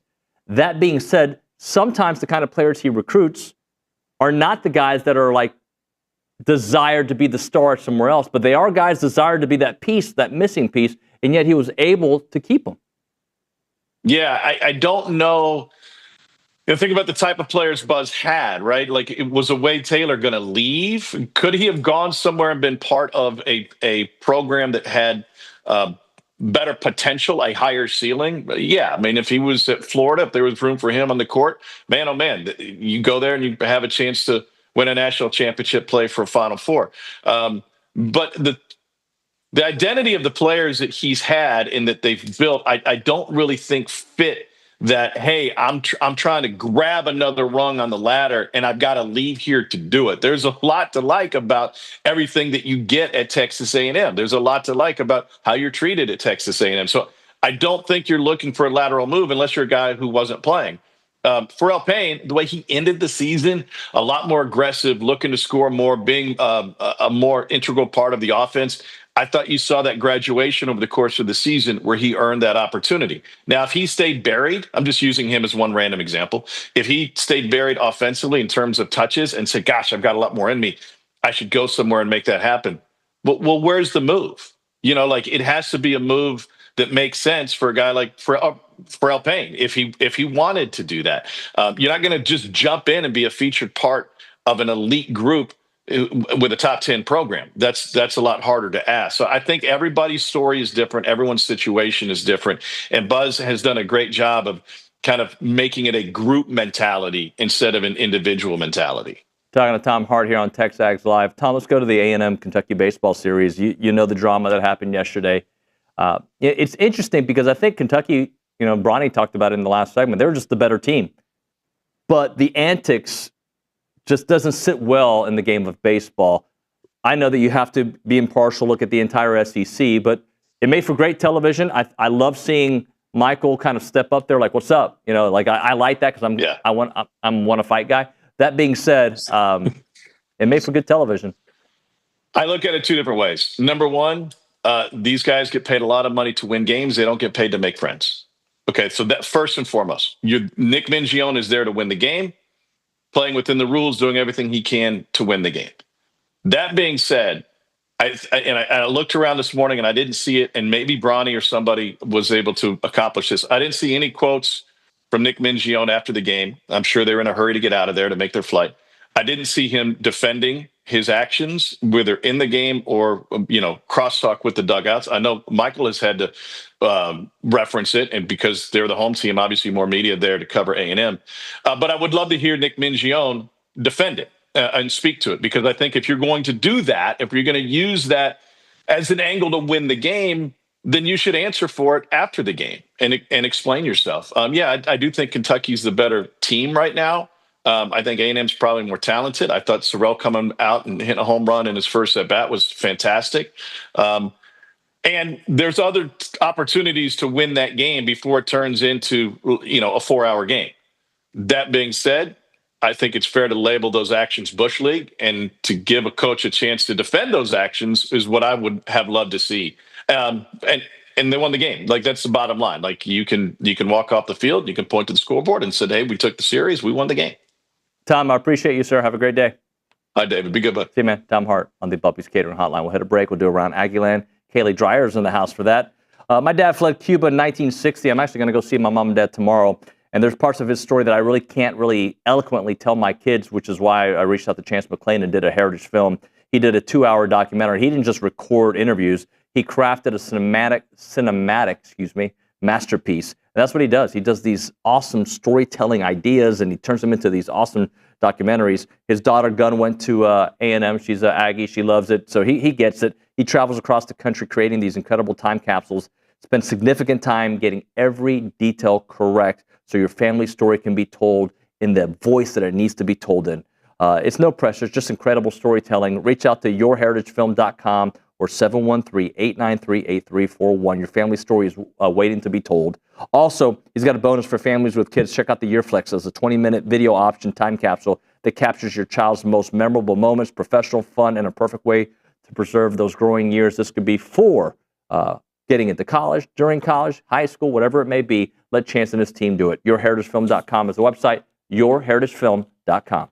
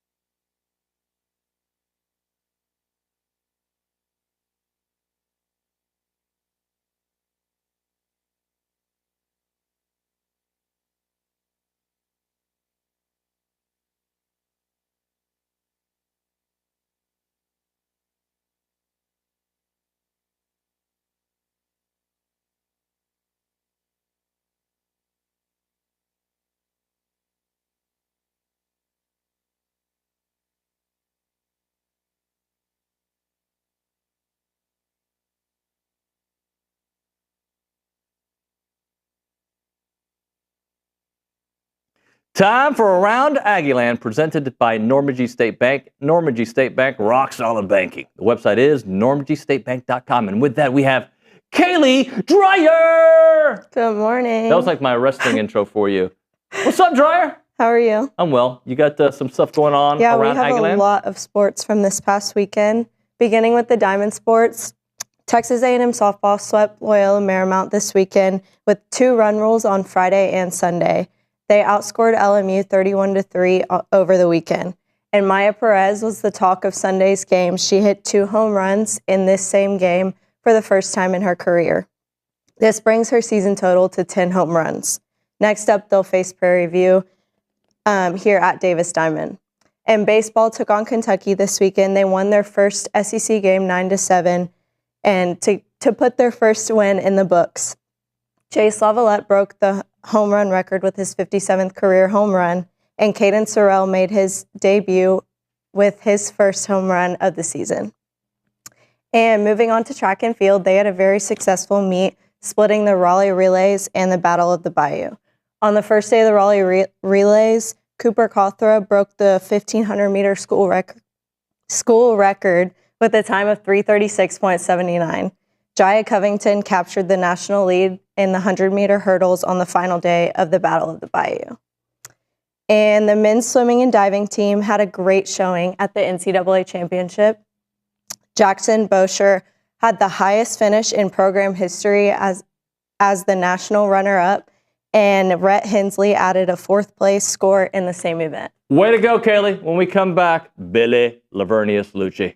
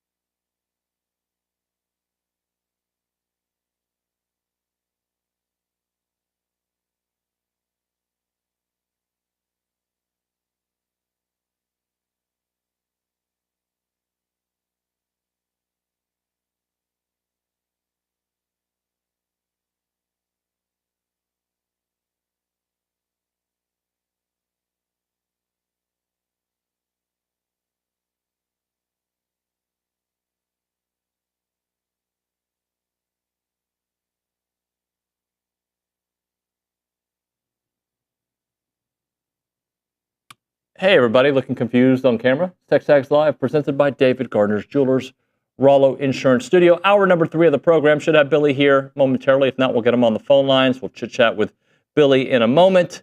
But let's do this. Let's reset the topics of the day. Baseball loses another series, this one to Kentucky, and there was some drama in that one. We'll talk about that this hour. Billy just did his most recent 5-5. I'm sure we'll have some football to get into in this hour. And then the reports out about Buzz Williams being interested in the Maryland job. We're not sure how much interest Maryland has in him and how awkward it could be next year if he doesn't bolt for Maryland. Those are all topics that we're going to be discussing on the program. You can text the show as well, 979-693-1150. You can text the show. You can talk to us on the YouTube page, the TexAgs chat page as well. We go to the Angry Elephant News and Social Center. Cartier is in the house. Carter Adams. Yes. So earlier in the baseball segment, you guys and Bronny were talking about Kentucky crowding the plate. Jay on YouTube said that Kentucky.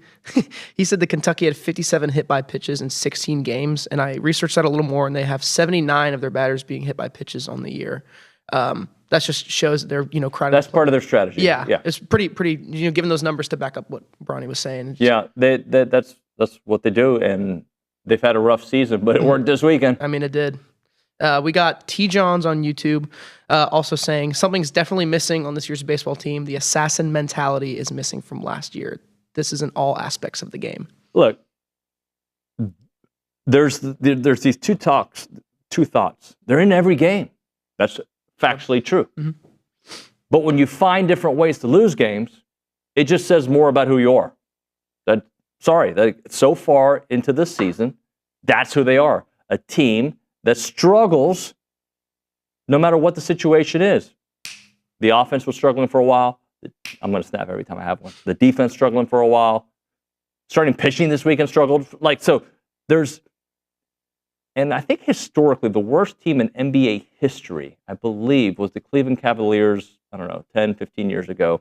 I think they won 9, 10, 11 games, whatever it was.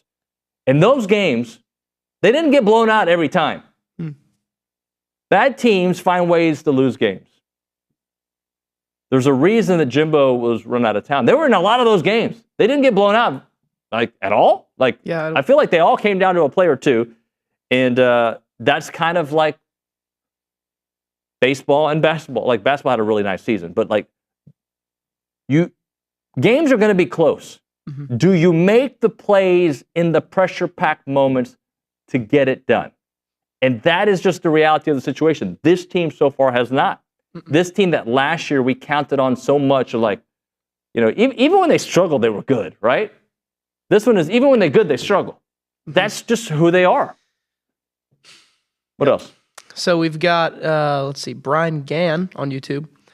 Question for Bronny. He's not here, but what is proper protocol? Should we do first and last name if it's on YouTube? I kind of struggle with that. Some of the last names I couldn't pronounce, so the ones I can, I assume. But I don't think Carter understands the question, the avoiding the last name part. I don't know. Yeah. I sometimes do it too, though. Should we?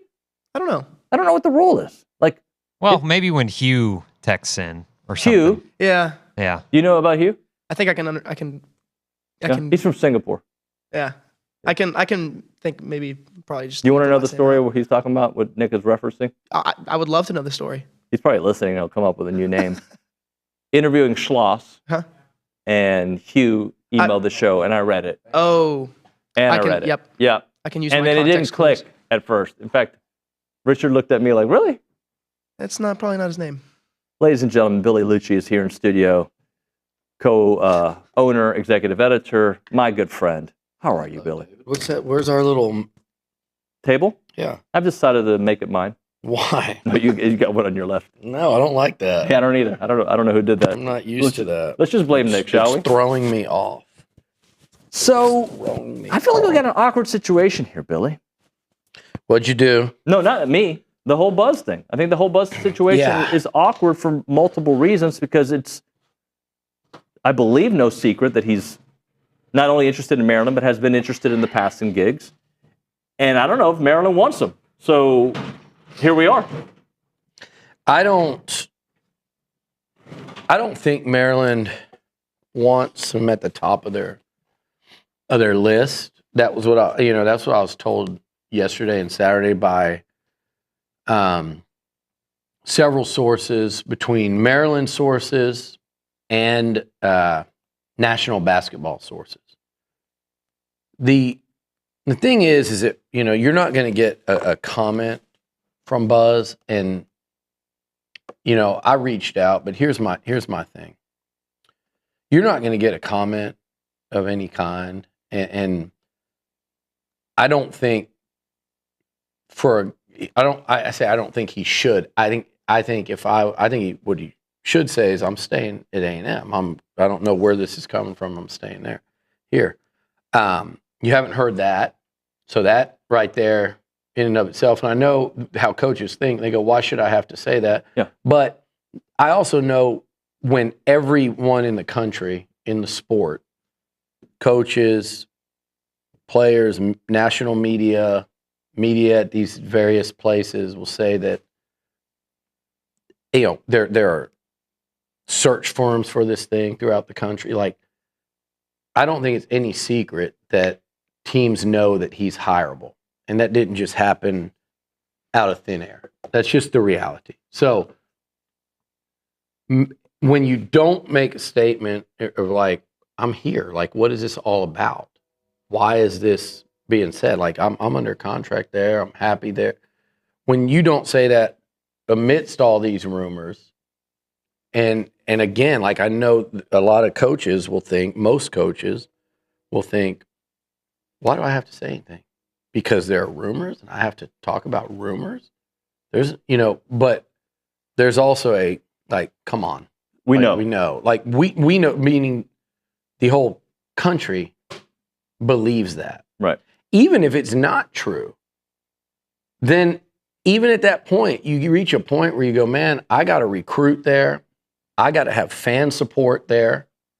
And you can complain like Bruce Pearl did for Buzz after that game against Auburn, which I thought was complete crap, because what Auburn's doing right now is different than what A&M's doing. Auburn started without a lot of fans there, even though they hired a big-time name under Pearl.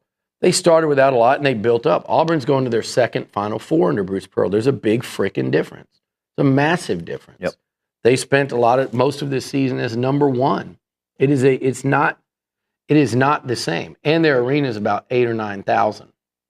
It's not the same. But you could say, so I get, like, the fan support should be better here. If Buzz left, I would understand it. I would. From a basketball coach's perspective, he's going, we could never quite get the students involved, whether that is our group or we didn't get enough help to do it. I'm losing my whole team. I've been here 6 years. I've had 3 different ADs, 3 different presidents. All that stuff, like, I understand. Like, if you say, I'm going to go somewhere and either reset the clock, get a fresh start, or go somewhere that I feel like is more of a basketball player, I get it. I do think there's a coach out there that could come in here and do those things. I don't think you just simply say it's a football school. My ass. Like, Alabama's a football school. Auburn's a football school. Tennessee's a football school. Florida's kind of an everything school, but they're a football school. They're a football school. Yeah. They won basketball championships when a guy named Billy Donovan got there, and they've been good. They've generally been good ever since. They're a football school. When they suck at basketball, Texas A&M, I've seen them go in there in front of a very light, sparse crowd. When they suck at football, I've gone in there when the Aggies have played them, and it's a sold-out swamp with real atmosphere at night. It's football school. Texas is a football school, and they're going to keep swinging until they get it right in basketball. It's very important, even at these places, and you can turn it into a football school that loves basketball. And you could be a football school that's great at basketball in today's SEC and in today's NIL world. So that is the most encouraging thing about all of these last few days. Whether it's Buzz, whether it's somebody else, like, there is a commitment,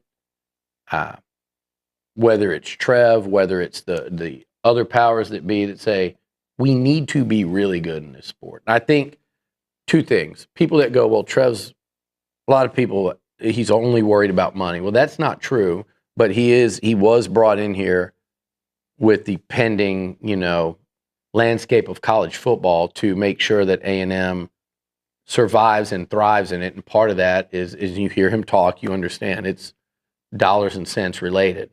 And there is a very accountant-like feel to it, and it almost maybe to some people that are listening like, oh, it feels cold. That's just the way he delivers it.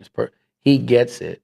Like basketball, even if it was just by the book, basketball is the only two sports that can make you real money. Yeah. That's it. You watch this tournament, you get more attention going to an Elite Eight. You get more national media attention going to an Elite Eight than if you were great in every other sport not named football.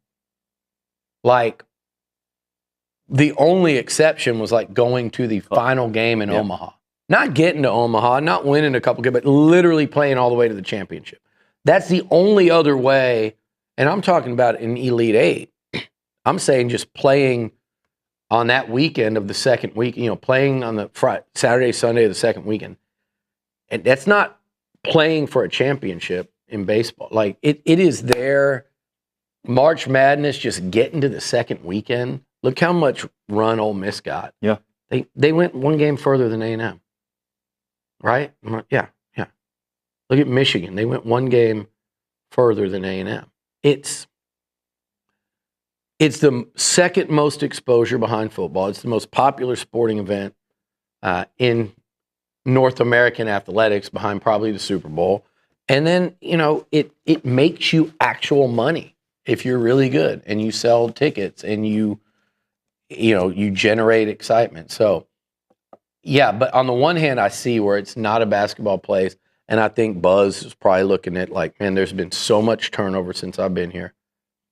But none of that, like if you want to end up coaching somewhere else, that's fine to me. I don't think it's a how the hell could you do this kind of thing. But if you're back next year and all of this happened, if it's not true, then just say it and say this is kind of BS. Like, don't lie about it. If it's not true, then say it. If it is true, then, man, to come back is really awkward and uncomfortable. If it is true, then you hope he gets a job for his sake and for A&M's sake. Because to fire him, and I don't think his resume, body of work, direction and trajectory of the program, I don't think that says make a coaching change in basketball. What he's done on the court versus other coaches is very comparable. In a lot of ways, it's better. In the tournament, it's not as good. It's right there, but it's not, you don't fire this coach. But if you see a situation coming that's going to be untenable, or how do you recruit when you didn't stop these rumors in the future? Then, how do you recruit for the future when you didn't step in immediately and say, guys, this is stupid. Right. I'm under contract there. We're doing really nice things. How does that work moving forward? And so, but making a change on A&M side, that's a $16 million lick right now. Can't do that right now. If you did, even if, say, this is what people have to think about, and I've thought about, like, people have to think about this. If you say, man, that's just not the way it works. Like, that's not going to work in one, and by the way, in one of the big three sports, and really the second biggest. How does that work? What does that look like? What are the optics of that nationally? Okay, let's just say you have A&M's got money, right? And let's say we can't do this with our budget. Fine, you know what? I'm sick and tired of it. I'm going to pay $16 million, or me and him are going to pay $16 million, 8 apiece. Okay, well, you got that much money to do that. That's great. And then when football comes and says, hey, can we get that $2.5 million we got from you and you last year, so that's $5 million? No, we just paid 16 for basketball. Right. Go find it somewhere else. It comes from somewhere. Football NIL just went down by 5 million. So it is, that part of it is just a weird space to be living in right now. Yeah. It really is, because of you've got the budget and then you've got the NIL, but also at the same time, if you're A&M, and this is where I think you got a lot of like smart asses and Twitter people right now, and they create burners. Would the invite, and Texas fans love them, you and I do this, but I mean it. The invite is for any of you little burner people, come sit right here. Come on the show. Like, bring your ass in here and let's talk about this. Let's hear your solutions. Let's have you ask the tough questions. Let's have you do everything you think you can do in this job. And by the way, I'm not even going to say it. Just say it. Come on. No. I want to hear it. No, because it's giving credence to what I think are absolute bleeping losers in life. Yeah. Like, people that worry about me and everything I do. Like, I'm talking about children that, anyway, there's this disgruntled movement all over our boards by this handful of people, all over social media of like, if you spent as much time on your jobs and stuff, you could donate more to help the cause instead of bitching. You could put yourself into positions at this place. Like all the people that go up on these boards and stuff, they come up. The committees, the boards, the board of directors, they come up through the ranks because they contribute all the way up. And they're the same as you guys, and they want what's best for A&M. They're the same as all of us. But there's this thought process that Texas A&M, the people that are trying to win up here, think differently than people on social media or the young people.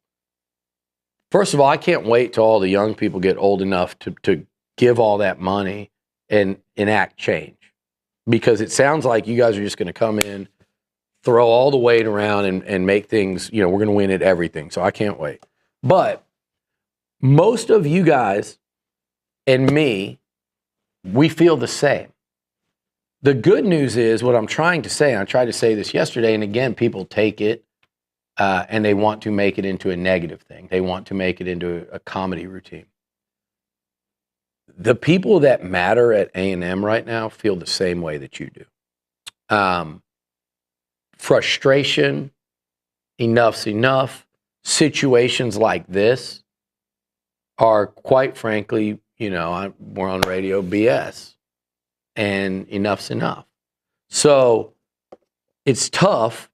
Again, and I'll be real honest, like I think no comment or anything from Buzz makes it a lot tougher. And I understand there's history and frustration on his side, and there should be. You come here, you get a job, the guy that hires you's gone in like a month. Ross Bjork comes in, they don't communicate much at all, especially at the beginning. I remember, because I remember talking to Buzz, what was going on, like, what the hell? That was his start. Then there wasn't any relationship with Buzz. His basketball administrator gets fired from the new date. So and then Trev comes in. So I get it. I get like, hey, I have to go somewhere else where I feel more appreciated. That's fine. Like, if that's how you feel. But if it's not, then say so and squash all this crap that's hurting the future, potential of this place under you, mind you. If it is true, then you have to get that job, because now now what's happening each day is it's creating a bigger issue for him and for A&M basketball and for the athletic director and everybody. So what I'm getting back to about the people, I agree. Like, I just don't feel the need to say it in a way. I don't need, and we're going to talk baseball in a minute. I don't feel the need to kick Mike Earley when he's down. I don't feel the need to go after players like that are struggling, that brought us a hell of a lot of unforgettable moments in the last year. Even the new guys, we're watching them lose. I'm looking at the baseball schedule.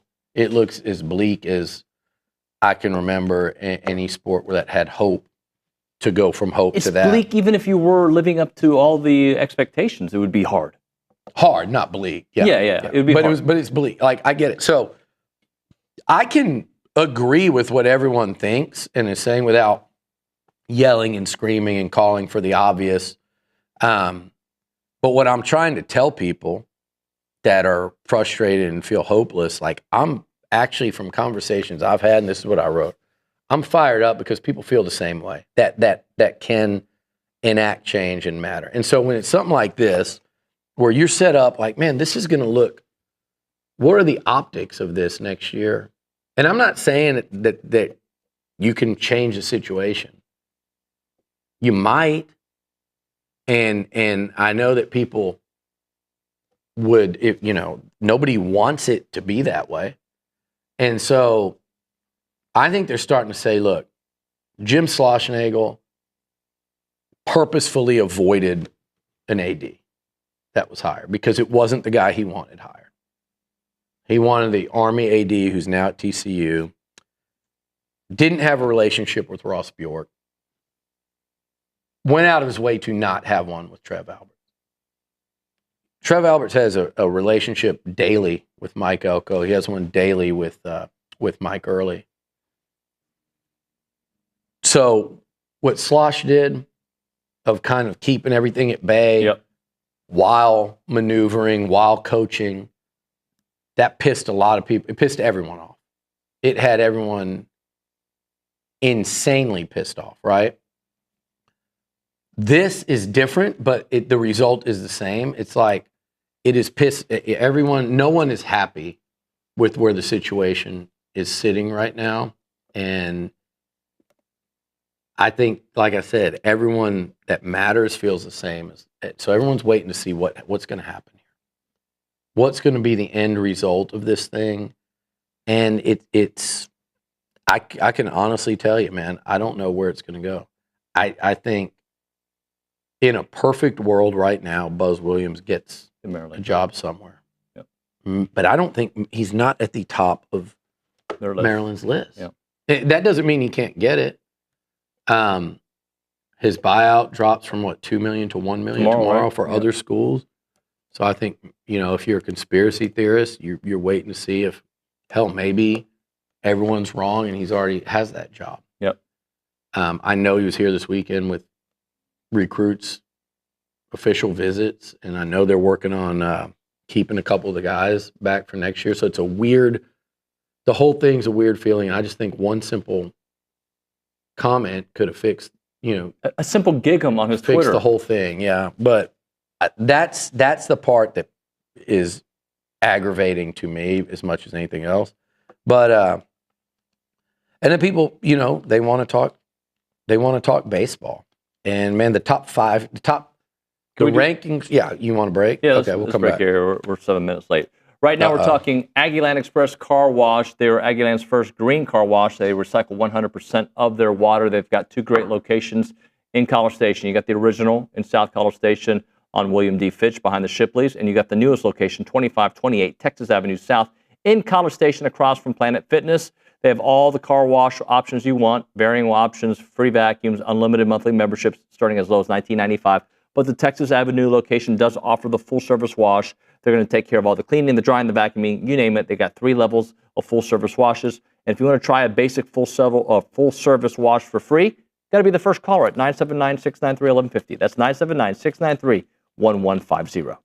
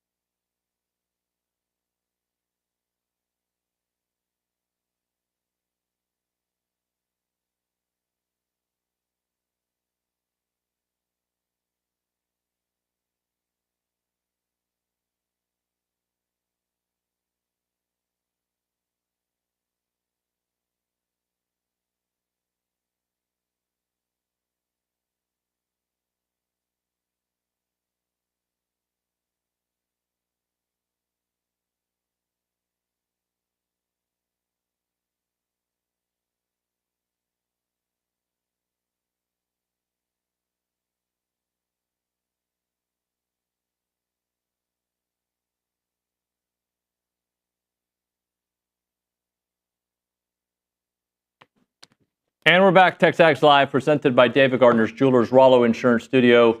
Billy Liucci still here in studio with us. Billy, we left the last segment talking a little baseball, losing 2 of 3. The comeback victory on Friday night, followed by a couple of rough ones, and yesterday some drama in the way that one ended. Well, I think Mingione is he's a real piece of work for doing that. That's not competitive. I don't know what lesson you're teaching your kids. I mean, and by the way, you're up 5. So first and foremost, that ain't why A&M lost. Let's not lose sight of the plot here. But it tells me a lot about Mingione. There's a lot that I've heard about him, reputationally. I've never really cared 2 craps about Kentucky baseball until last year in Omaha when A&M won the game that really mattered. Did they send Kentucky home, or that was the second game? Maybe they sent Kentucky home, but whatever. Hopefully they ended their season because that dude's like trash. Yeah. But that's not why Kentucky beat A&M 2 out of 3. Yeah, sure, the Aggies could have had a 5-run ninth. They also would have had to kept Kentucky from scoring in the top of the ninth, which seems to be impossible. It was like they were playing the 27 Yankees this weekend, or they did. Speaking of the Yankees, they did the thing with the new what are they called, the torpedo bats. Yeah. Maybe they should have checked them for that, the way they were hitting A&M pitching. But that stuff is side crap. That's non-competitive. That's not what baseball, SEC baseball, Little League baseball is about. Play the freaking game. If you can finish the game, finish the game. Don't do this stalling stuff. If organically you can't start an inning because of by the way, a stupid rule, then that's fine. But to sit there and do what he did was embarrassing. It was a disgrace. I'm glad Early went after him. Shame on the Kentucky staff for trying to actually argue back. Like, if you're going to go with that method, that's like the kids that everyone grows up, except maybe the guy on Twitter that won't shut his ass up. Everyone else grows up where you're playing. You're the last pick is what you are when you have that kind of energy. Everyone grows up playing sports, right? You play in the neighborhood. What he did yesterday was like the kid that you're up by a run or 2 and the other team's getting the last at bat, or you're ahead in football by a touchdown, and all of a sudden you go, oh no, the street lights are on, it's dark out, we got to go home. And there's the kids that do that, and there's the kids that say, we're going to play until I physically can't see the football anymore, or until nobody can see the ball when we're playing. Like, most people, most American athletes, male and female, would sit there and go, we're going to play until we can't see this frickin' ball anymore, until somebody wins. Some people will say, oh my God, I got to go. The streetlights are on. Dinner's ready. Most American kids growing up will be late for dinner, and they'd rather get in trouble by their parents than lose the game or then not finish the game.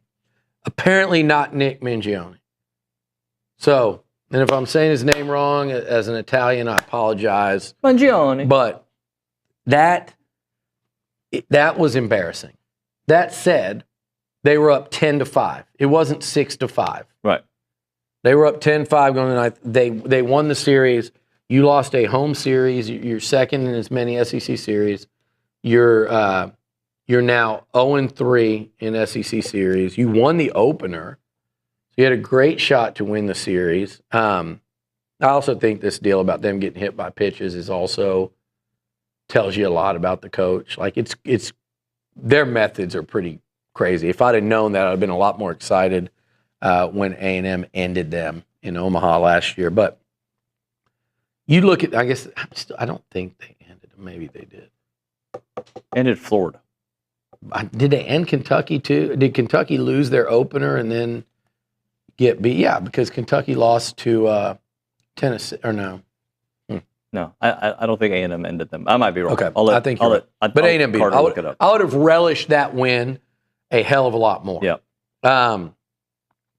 But they beat the Aggies 2 out of 3, and they're in the bottom tier of the SEC this year too, along with some. Look, doesn't matter that how big you look at Mississippi State, A&M, Florida, and obviously Missouri's the worst, but Mississippi State, A&M, Florida, and somebody else historically pretty good are 1-8. Florida sent Kentucky home. Okay, so Florida sent, and then they had the rematch with Florida. That's right. So if you look at the bottom of the SEC standings, Kentucky's not far up from that, and then there's A&M. So the Aggies lost at home a series they could have won, had to have won. A must win. We said it beforehand. You can't change it after. It was a must win. And I thought they needed to sweep because I'm looking ahead now. And this baseball team that even in the win had 4 errors, this weekend their starting pitching got banged up pretty good, which is something they've kept the team in games all year. They've been incredible. They were not this weekend. They got knocked around. Even in your win, like I said, you had 4 errors. They hit better this weekend, which is frustrating. All of a sudden, that starts to work. Then the pitching They did leave 1 million guys on base in that Saturday loss. But nothing is going right. The team just feels lost. Someone said to me, man, I almost want to say it looks like they don't care. I completely disagree with that.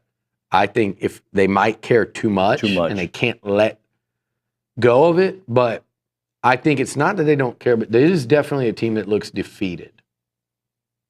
They look defeated. And I don't say it's like when you're 1-8 and you had a bad non-conference schedule and nothing's gone right. Yep. It's tough to not feel defeated.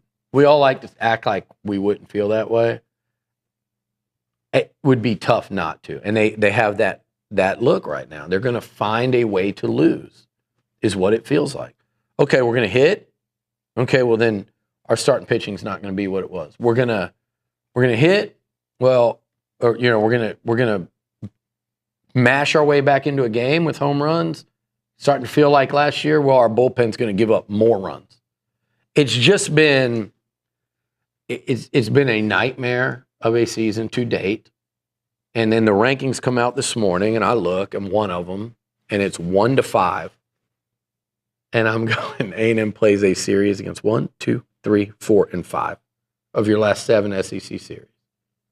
1, 2, 3, 4, and 5. 5 of your last 7 SEC series are against teams in at least one poll ranked in the top 5. At worst, it's like 5 of the top 8. 4 of those are on the road. Yeah. Arkansas, Georgia, Texas, and Tennessee this weekend. And you're 1-8. They needed to sweep this weekend. Instead, they lost 2 of 3. I don't think you can dig out of that hole. You can. Doesn't seem likely, It would be one of the bigger sports turnarounds I've ever seen. The way they're playing, they could be playing really good baseball right now. And on that schedule, out of 15 games, struggle to go, 6 and 9. If you're playing like really good. If A&M was in 3rd place in the SEC right now, you'd be like, damn, you might go 6 and 9 in those 15. And you're okay. Or you'd be okay. You might go, 5 and 10, and you can recover, host a regional, and but the rest of the body of work and the way they're playing, it looks so bleak and so down right now. I've never seen a team go from so much promise to so little hope. It's the biggest.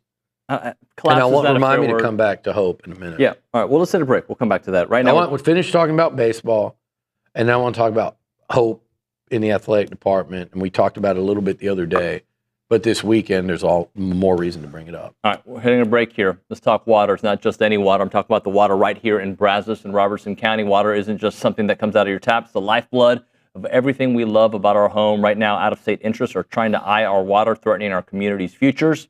I would like for you to consider Keep Water Local, a group of neighbors fighting to protect what matters most. If you care about this community, I know you do. It isn't just about the water. It's about preserving the farms, the businesses, and the Aggie spirit that makes this place so special.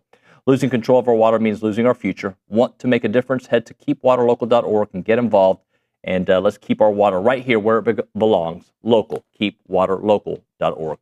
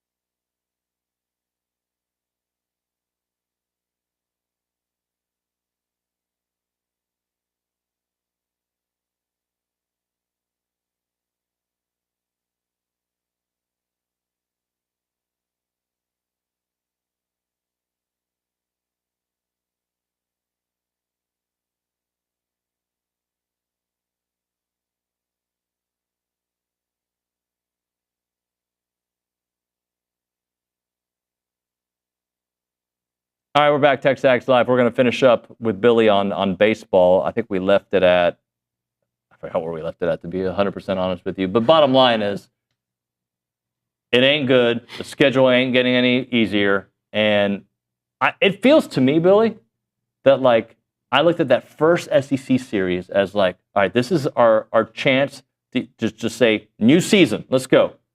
But I haven't had hope, to use a word we're going to use later, since the start of SEC play, because I haven't had a reason to hope. I mean, I was holding out for, all right, Caden Sorrell coming back. Hopefully Josh Stewart comes back.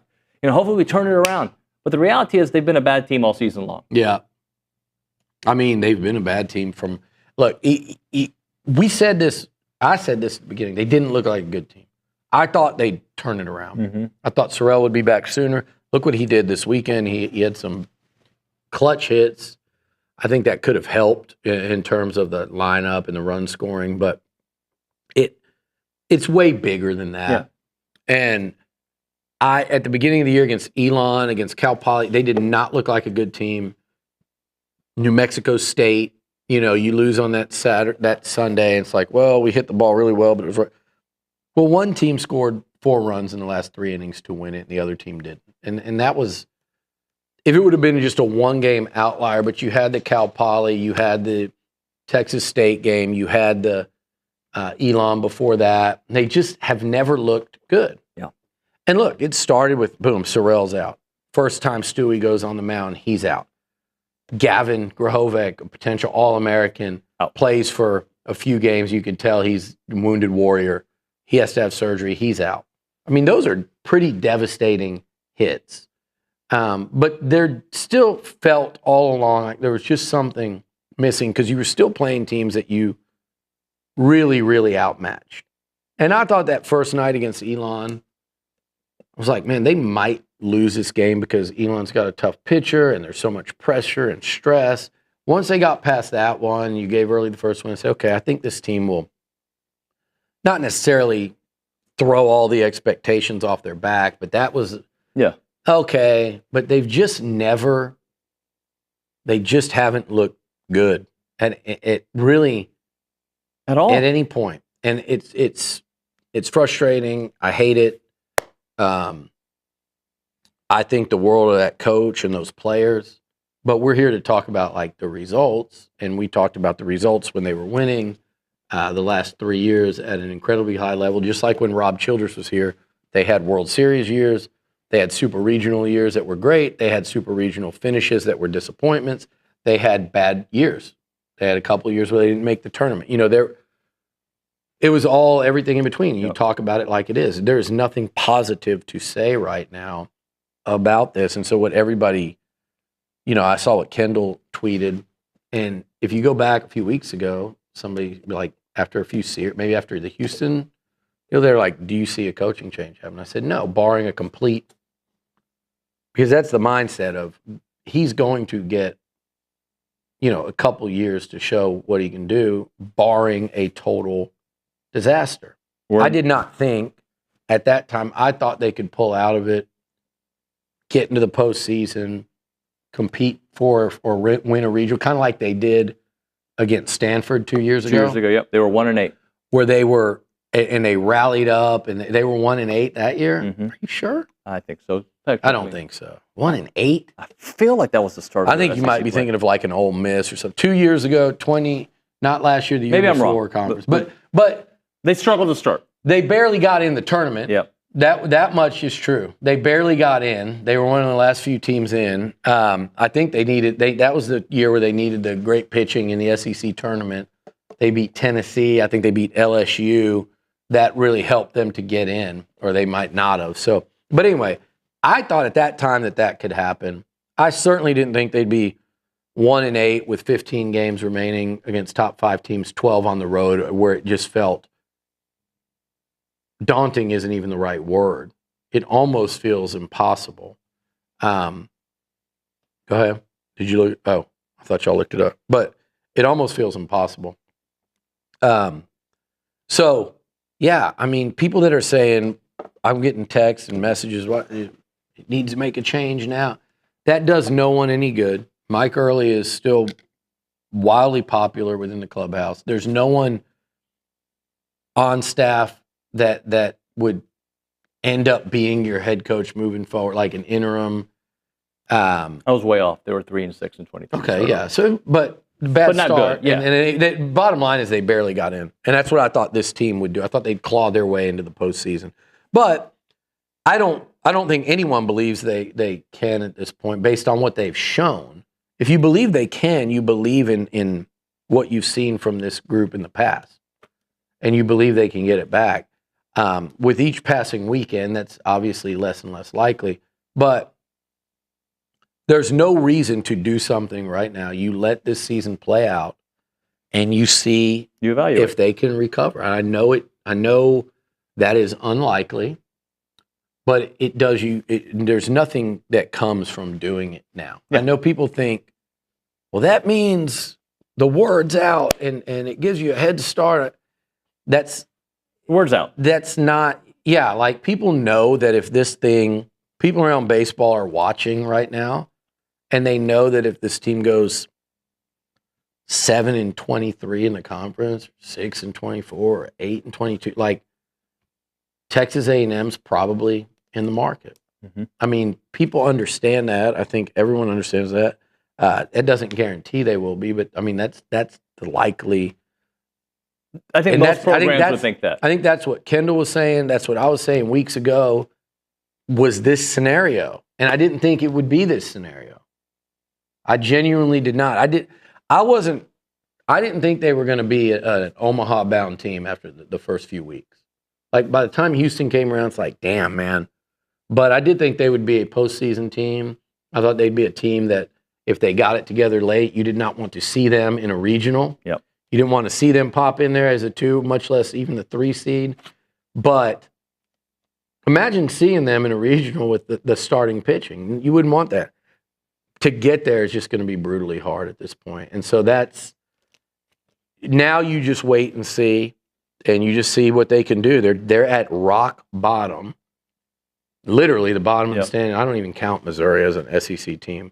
They're 15th out of 16, and it's like, can you claw your way up against elite opposition? It doesn't feel like it, but you let them. You've thrown Coach Earley and those guys out in the deep end, and you let them show you if they sink or swim. And I know they're sinking right now, but let it play out and make your decision. And for those that are wondering, oh, you fall behind if you wait till the end of the season. You don't.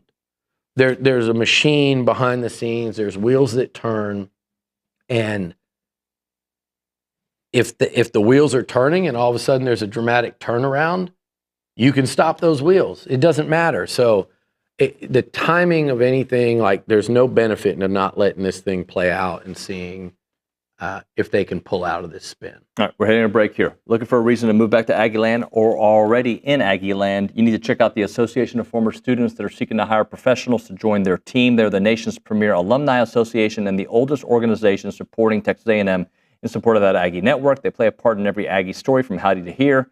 Don't miss opportunities to help out the association with Howdy Socials, Aggie Ring Day, class reunions. Join a team that exemplifies those Aggie core values of excellence, integrity, leadership, loyalty, respect, and selfless service, all in support of that worldwide Aggie network. If you're interested in joining the team or sharing with someone who would be a great fit, please visit tx.ag/association jobs to apply and get more information on each position. It is the Association of Former Students.